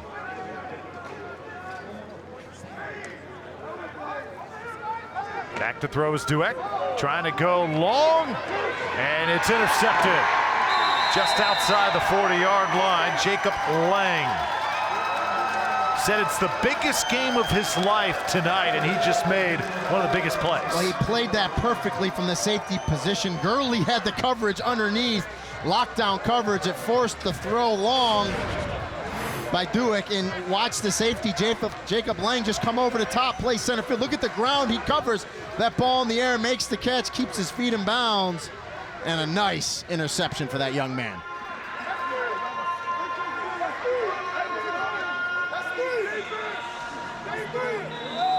And really, Drew, I think that's been the biggest problem for Canada tonight, is the speed of USA, especially in the back end on their defense. Yeah, it has been tremendous. 3rd turnover for the Canadians.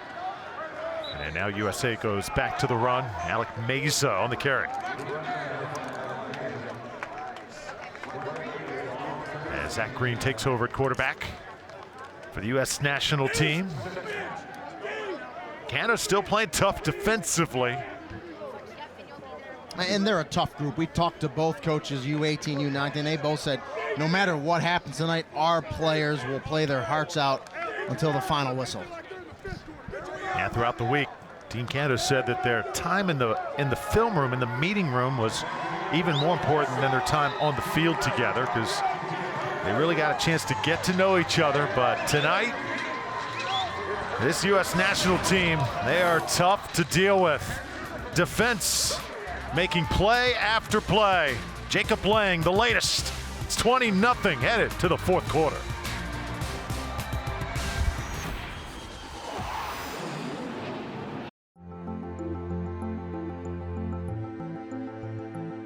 High school head coach, Jeff Brothers, he taught me how to be a man of character, and he also taught me the game of football. You know, I saw him, and he's also my algebra teacher that cut me no slack, even though I was an athlete. So it's one thing he taught me: there's no shortcuts in life, and so I hold on to that, and you know, stay with it every day.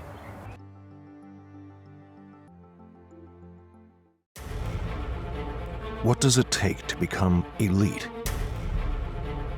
It takes more than dedication, focus, and hard work. It takes an elite-level training program.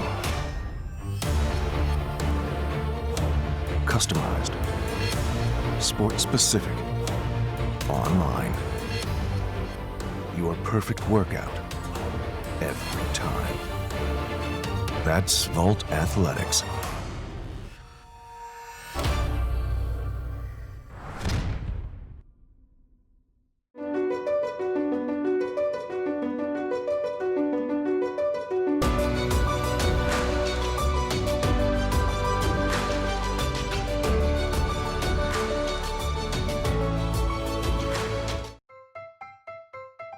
My favorite thing about flag football is having fun. I just love coaching kids' confidence. Flag football is my favorite sport because I can learn how to do all these really cool things. Equal opportunity for all the kids to participate no matter what their skill level is. I enjoy working with my teammates and being able to make awesome plays and get touchdowns. Every player should have a sense of what it's like to score touchdowns, throw a pass, get an interception, and NFL flag affords you that.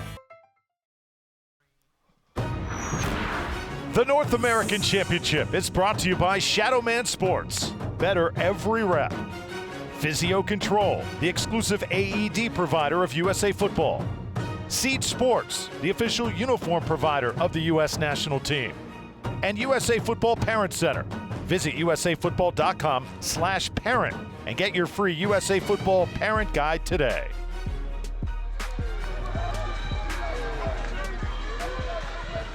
Just a great night of football here at the ESPN Wide World of Sports. 20-0, the United States Under-18 team leading Canada as we start the fourth quarter.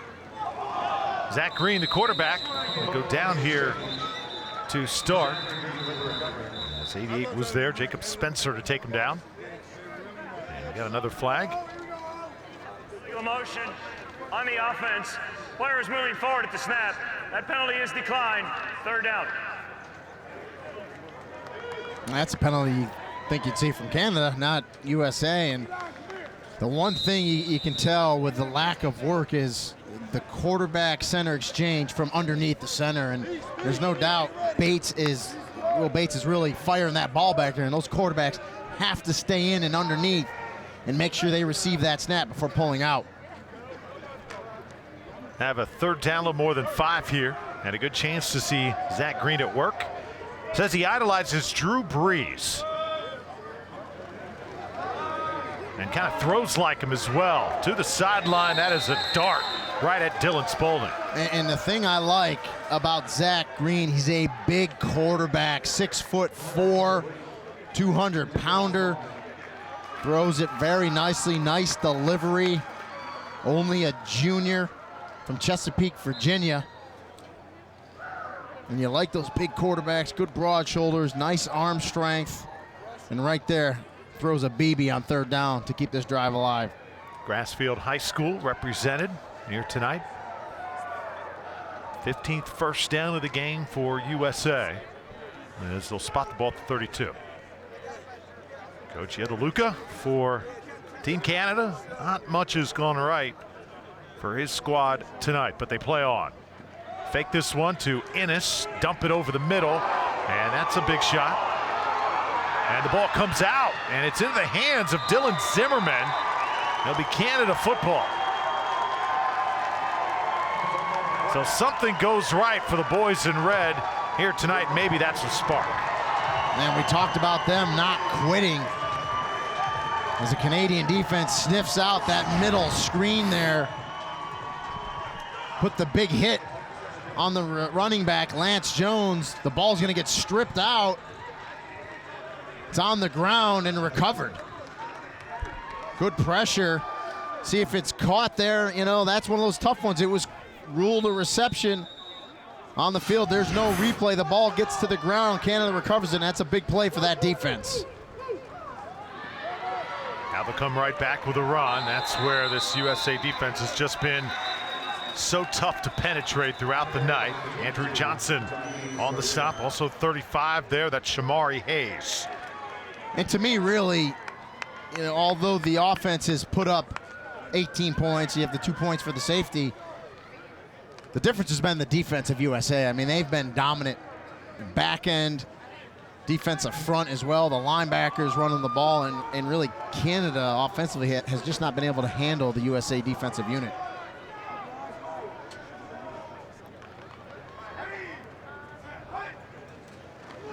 Second down, here comes the rush. Ball in the air, and incomplete. Look at all the talent on the field here tonight. I'm sure you're wondering at home, how does USA football find such great players? And you know, most of you got to credit USA football staffer Aaron Ingram. He is the guy, Rini, who goes across the country, watches these kids play and says, you know what, I want that guy, or possibly I could have that one. He says, how can I build my own house? And that's how he does it year after year, and these kids want to play this game. And it never ends. I mean, he's always out there looking. He's always out there watching. People are constantly contacting him saying, hey, you should look at this kid. And he does a great job and puts together some great teams. Throw this one for the home run. Good position out there. And the catch is incomplete. Looks like it would have been a dandy. As Kutrin came down with it, but I don't think he had possession. Well, no, I think he caught the ball, Drew, but when he caught it and secured it, he was out of bounds.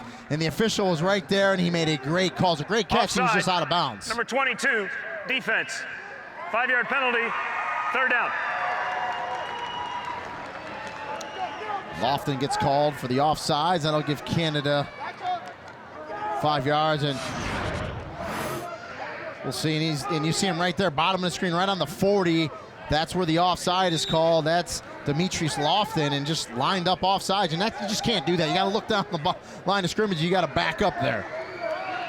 You see the end of the play, and right there you see Kutrin. He secures that ball. He's just laying out of bounds by the time he finally does. Great catch, though. Get 5 yards out of it after the penalty. Third down for Canada. Rush comes again. Not much time to sit back and throw, but he still delivers a gorgeous one. The flag comes out late, and they may get interference on Angeli, the defensive back. So Angeli, he doesn't turn around, but you know, this is a bugaboo of mine. On the defense. Penalty is 15 yards from the previous spot. Automatic. First down. It's college rules. It's NCAA rules.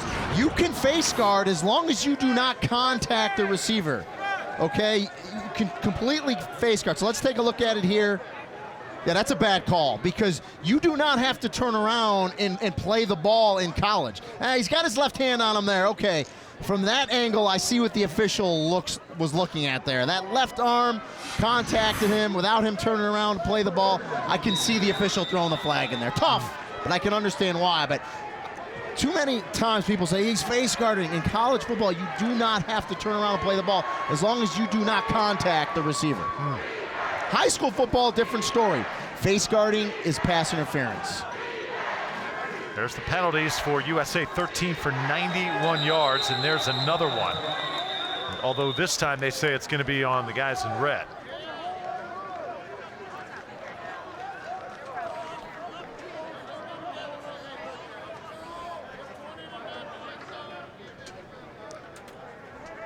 Alex Baranega and our crew tonight, they've been busy. Snap. False start. Offense, number 63. 5-yard penalty, first down. Logan Bandy, offensive lineman, whistled that time.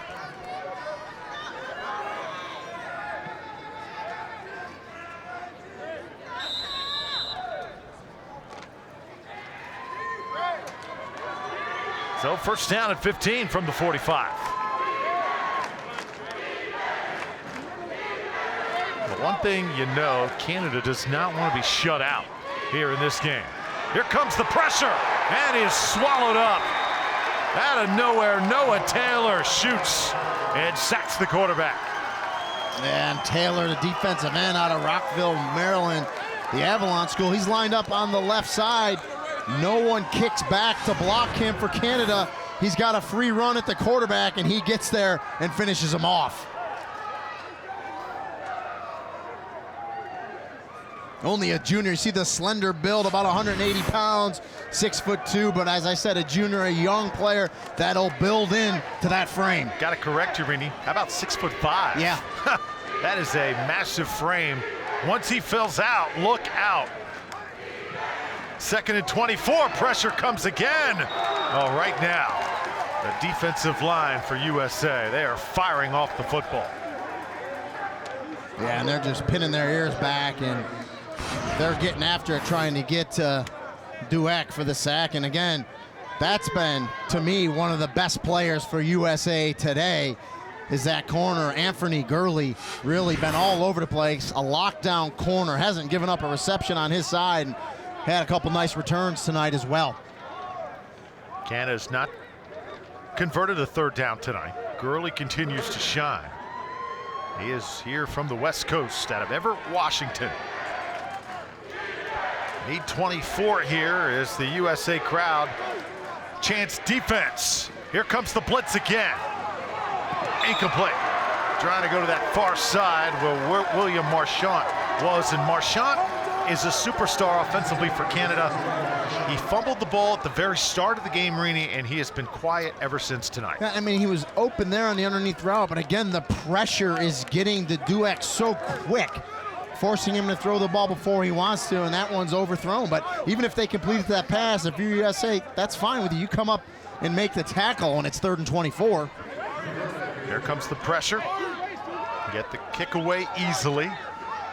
And a return set up at the 18-yard line. Gurley puts it on the ground, but it will be recovered. My United States player, Angeli, able to jump on it there. So 8:07 to play, and a 20-0 lead for USA. We'll step aside and come back to the ESPN Wide World of Sports in just a moment.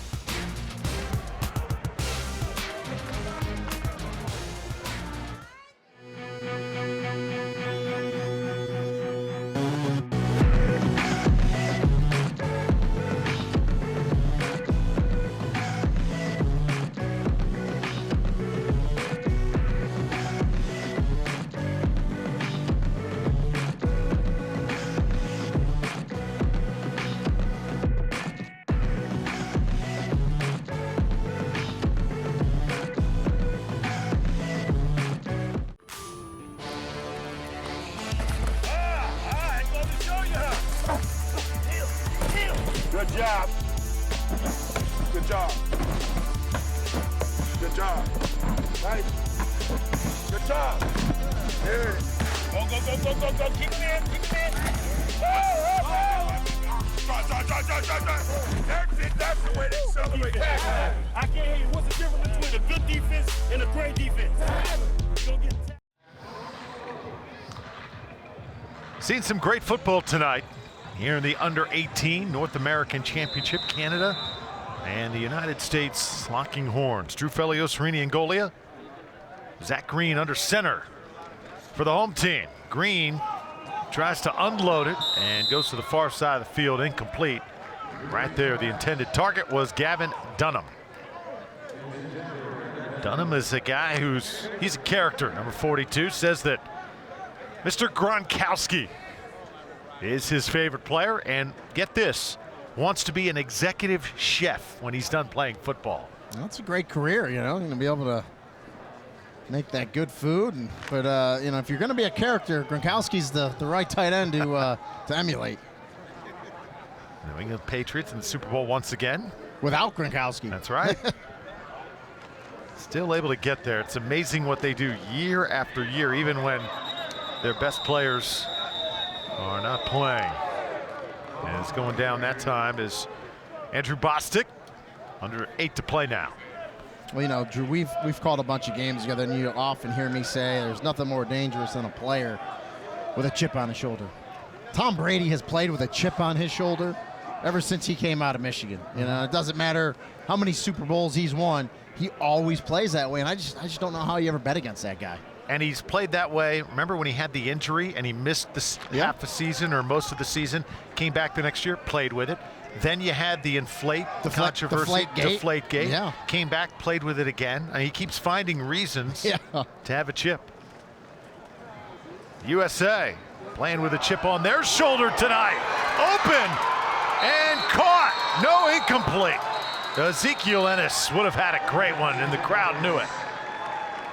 What arm strength, though, by Zachary Green right there. And I love how he's rolling out. Sees the pressure. He's going to step up in the pocket and just let it go and get it out there and give his receiver a chance to make the catch. And obviously, clearly dropped there by Ennis. But, boy, what a throw by Zachary Green. Yeah, and Ennis is upset. He knows, man, I want to make that catch. I should have made that catch.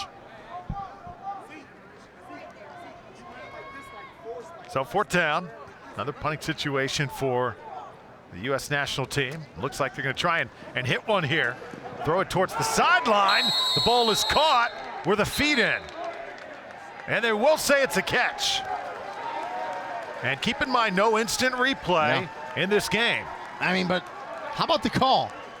4th and 13, yeah, Maiden's in there, but we've seen him punt in there as well. You're thinking he's going to do one of those little punts on 4th down, quick kick. Instead, they roll him out, and they pass it. We saw him do it earlier, and boy, Matt Hennessy's pretty happy. And see the catch, and right there, secures the ball. Looks like he's inbounds from that view. Now remember, the ball can touch the ground as long as you've secured it with your hands and the ball doesn't help you make the catch, and they ruled it was secured, and although the ball looked like it touched the ground there, it's a catch and a 1st down. And it comes out here. Canada has got it again. It has been hot potato here in the second half as Zimmerman has it at the 37-yard line. It'll be 1st down for the Canadians. Boy, we've seen a lot of balls stripped in the middle of piles tonight. Offside, number 7, defense.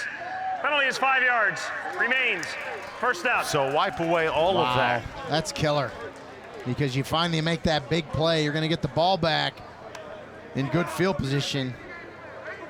And what's tough, Rini, is it's not offsides on a D lineman. Yeah. It's offsides on a DB. Yeah. And we've seen that out of USA today as well. I mean, lined up in the neutral zone, you just can't do that. You got to be able to look over and make sure you're back off the ball.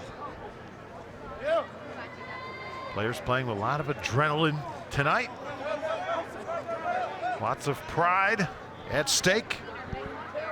USA owning the moment. This is Maiden again. Down the sidelines and just tiptoes out of bounds. Boy, in the midst of chaos, he just always looks under control. And that's really been, their go-to play. They've gone sweep right and left with him. What type of offense, Rini, do you think he would look best running the way we've seen him play tonight? Well, we've seen, the thing is, they've really showcased him out of multiple sets tonight. He's run zone read. We've seen him roll out, right? And we've seen him run the ball. So I think he fits the mold that most colleges are running today. An athletic quarterback that can throw the ball, but is also a weapon with his feet. On 1st down, Maiden, just a tight spiral on the money again. At the 20-yard line, caught by Rashad Bateman. And right on cue, he stands right in the pocket, turns and throws a strike. So, I mean, you can move him, you can roll him out, you can run him, and then right here, he just stands in, steps, and drops that ball in a window there underneath the safety and over the corner linebacker dropping back. I mean, that's the perfect throw there for that situation. So wherever he ends up going, of course, he's only a junior, so he's got another year of high school. They're going to be pretty excited to get him. I think he'd be great in Bobby Petrino's offense up at Louisville. Also, Houston, you got Ohio State. Urban Meyer would love to have him as well. You're comparing him to Lamar Jackson, the Heisman Trophy winner. Yeah. That'd be a tough act to follow. Now it's Green in the game. He'll fire it, and you see the ball just whizzes out of his hand. Incomplete as Ennis was out there for Team USA.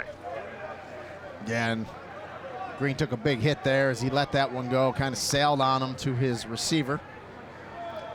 Coach Blitnikoff doing a great job with the offensive unit tonight. And, well, you know, we were talking before the game, too, about his father. I was going to say, you think he learned a few things from his father?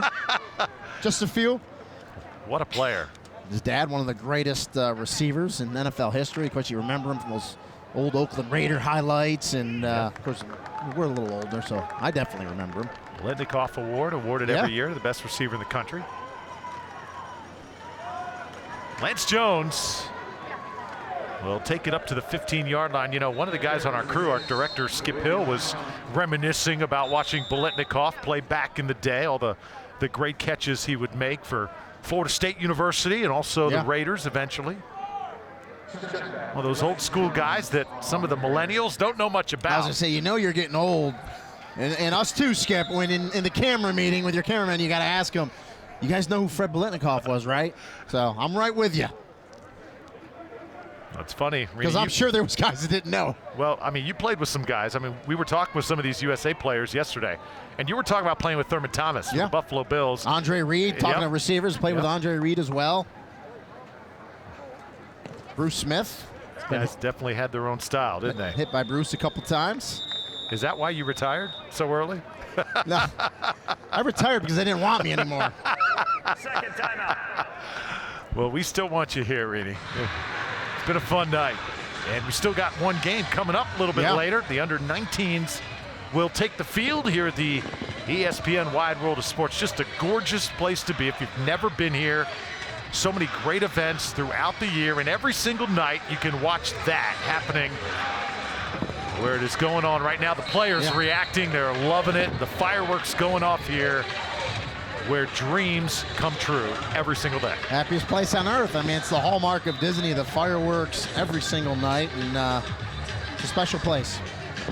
And really, I think this week has been exceptional, this Pro Bowl week with all the events here, and it's great that they're capping it off here with this North American championships, I should say. Yep.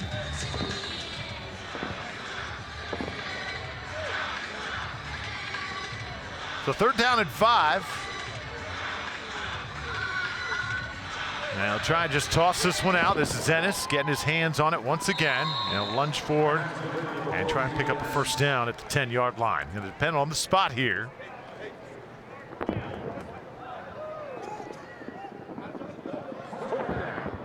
And they're short, but they'll go here. So clock will continue to run. Ennis out of Millville, New Jersey. St. Augustine Prep.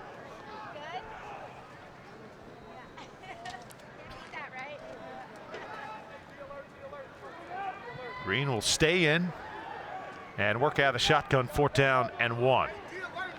Ennis moves in motion. Green just a chip shot right to him. He makes a move and surges forward to the 6-yard line. 1st down, USA. Boy, a nice catch by Ennis right there, because the quarterback, Zachary Green, threw that one a little lower than he wanted to. Ennis goes down and makes his catch on his shoe tips and is able to turn it up and pick up the 1st down, make that first defender miss. I talked about it earlier. It's the toughest thing in football, is to come up and tackle a good athlete in space. And you saw Ennis there make the Canadian defender, Dylan Zimmerman, miss there, and he's able to pick up the 1st down. It's also tough to place that ball right where it needs to be when you got a speedy player, right? Sometimes on those passes, instead of just letting it go, the quarterbacks just try to aim it out there a little bit, and that's what happened. It kind of dovetailed on him. 1st and goal. Green sidesteps the rush, but eventually it catches up to him. And that's big number 99, Jermaine Honodumole. Yeah, and we talked about they were not going to give up, this Canadian team, especially this defensive unit. And they're getting after them, playing to the final whistle. And as you said, Canada doesn't want to get shut out, but they definitely, defensive-wise, they don't want to give up another touchdown, especially late in this ball game.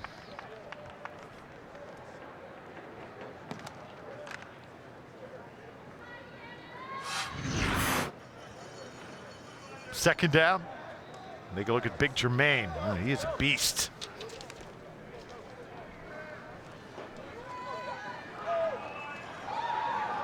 This one caught. At the 12-yard line, taken to the 10. Stopped there by Daniel Tights.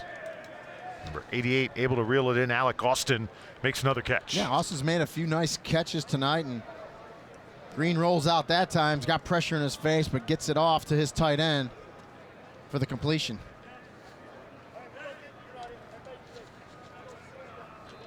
I think coming in, we kind of knew this Canadian program was a little bit concerned that all the pieces were going to be in place. They knew they were facing a hungry USA team tonight. And boy, were they ever ready to play from the start. Caught, corner of the end zone, and it's a touchdown. It's Ennis. Ezekiel Ennis making the most of what has been a fabulous night for the boys in white. Boy, and a perfect pass by Zachary Green there. Far and away to the corner route by Ennis. Watch this ball, nice and soft. Places it right where it needs to be. Just enough room for Ennis to make the catch. Not only get one in, but get two in for good measure. In a fitting way to cap this night off for USA.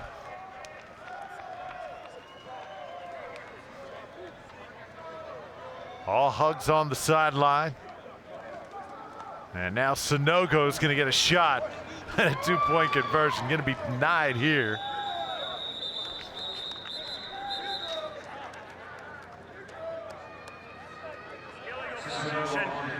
On the offense, penalty is declined. The try is no good.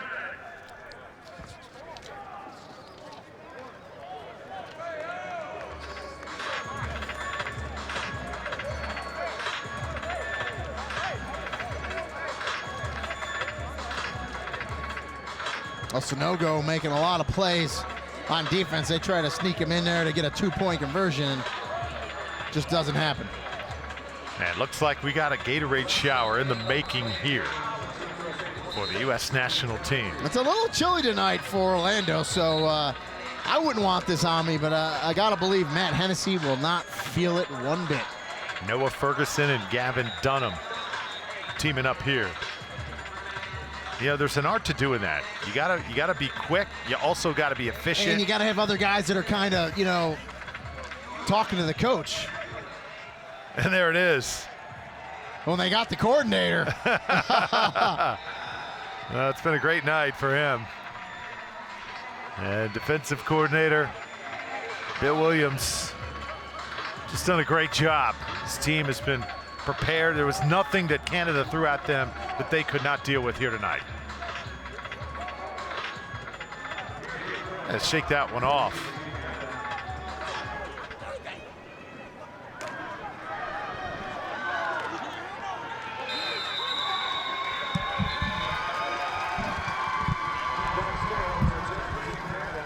Well, tonight our offensive play of the game is brought to you by Cutters Gloves. Cutters is the official football glove of USA Football. First play and a quick strike for USA. Ezekiel Ennis on the pass from Zachary Green. Yeah, a little trickeration to start the game, and it's works to a T. Good snap to Green. Throws a strike to Ennis, and that was the way this ball game started. Gatorade shower taken in by Aaron Ingram, who has just been a huge part. Who is like a coordinator. Yep. Coordinator for the whole thing.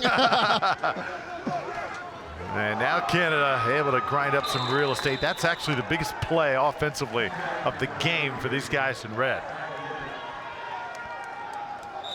And if you're USA on defense, you really don't want to give up a late touchdown because you really want this shutout. I think the guys know it on the sideline. Here, what's at stake? Well, there's more coaches that are getting Gatorade showers. You see all the ice over there. Everyone's getting them. And pound this one. That's a good play made along the line of scrimmage, Isaiah Ward. Well, it's time now for our defensive play of the game, brought to you by Shadowman Sports. Get game ready with Shadowman Sports. Visit shadowmansports.com. Learn how they can help teams get better with every practice rep. Another interception for USA. This was by Anthony Gurley. Yeah, and Gurley impressed me tonight, Drew. He's a shutdown corner, was all over the place. That time he dropped off coverage, read the quarterback's eyes to make that interception. Impressed with that young man. All high fives on the sideline as the clock winds down. Now with only 2 seconds to play. This Canadian program very prideful. I guarantee you they're going to learn a lot from this Rainey, and they're going to be back better the next time. And again, you talked about it earlier this evening. A lot of players, or a few players that would normally be on this roster, have moved up to U19, so it'll be interesting in that next game following this how the U19s for Canada play. Final play of the night for Team Canada here in the U18 North American Championship. Here comes the rush. Ben Miracle, the quarterback, tries to get away from it, and he is going to be taken down by Mohamed Sanogo, and that could just do it. Keep an eye on the flag, though, at the 45. And that penalty is declined. That is the end of the game. That is going to be your ball game. And fitting, Mohamed Sanogo, who just had a monster night, makes that last play. Yeah, I mean, he's a big middle linebacker with speed that can run, and you know, quarterbacks usually can outrun this guy, but not Sanogo, no way. And just you see the defense here just suffocating, and it was started. That was an early play by Sanogo, and you see him feed me as he gets there for the play, and he's just sniffing out plays all game long and just very active from that middle linebacker spot. And you see the running back from Canada try to come up and block Sanogo. He just runs him right over. And on the other side, Brody Williams, nearly as ferocious as Sanogo was, running sideline to sideline in the first half. He was everywhere. Yeah, and he needed to have a big game. Unfortunately, just couldn't make enough plays, but the linebacker, the kind of linebacker that Brody Williams is, no quit, fighting off blocks, getting there and making tackles as well. In an excellent game for Williams. Watch the pursuit right there. Well, that's what you love, the effort, the pursuit, never giving up, and you saw that out of a lot of Canadians tonight. Now a good show of sportsmanship from both of these teams. Want to mention also our MVPs brought to you by Riddell, the official protective equipment partner of USA Football. Trophies handed out for the North American Championship. Both teams representing well here tonight.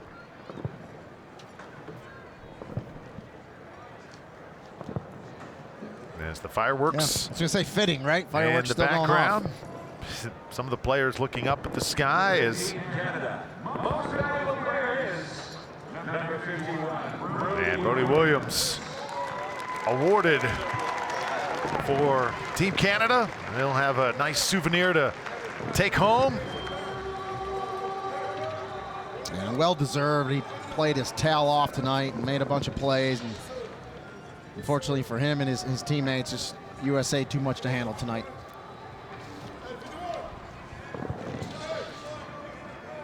Now Brody Williams out of Oakbank, Manitoba, St. Paul's High School. Only 5'11". Can make so many plays, kind of like a Zach Thomas up north of the border. And you look at Mohamed Sanogo, and a good shot there. Both MVPs embracing.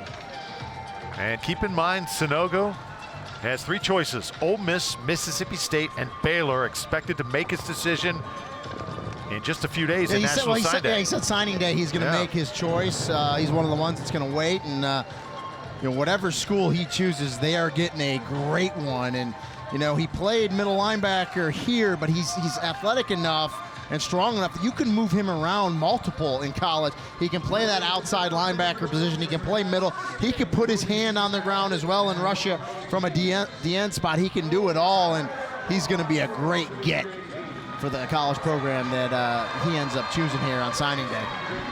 Sanogo, the MVP. Brody Williams for Canada. Also for USA, Jalen Maiden, the quarterback, I think just had a fabulous night. Really calmed things, settled his team, ran the offense, pinpoint passing in the first half. And also guys like Dylan Spalding, the wide receiver, just had a tremendous week, made huge impressions. And the other thing that really impressed me about Maiden is he didn't make any mistakes. You know, they had some bad snaps, but really that's just a product of only practicing together 4 or 5 games. Well, it's been a fun night here, and it's just halfway done at the ESPN Wide World of Sports. The North American Championships. The USA has their way with Canada as the U18 championship is in the books. 26-0, your final score for our entire crew. Alongside Rini Ngolia, I'm Drew Felios, saying so long for now from the ESPN Wide World of Sports.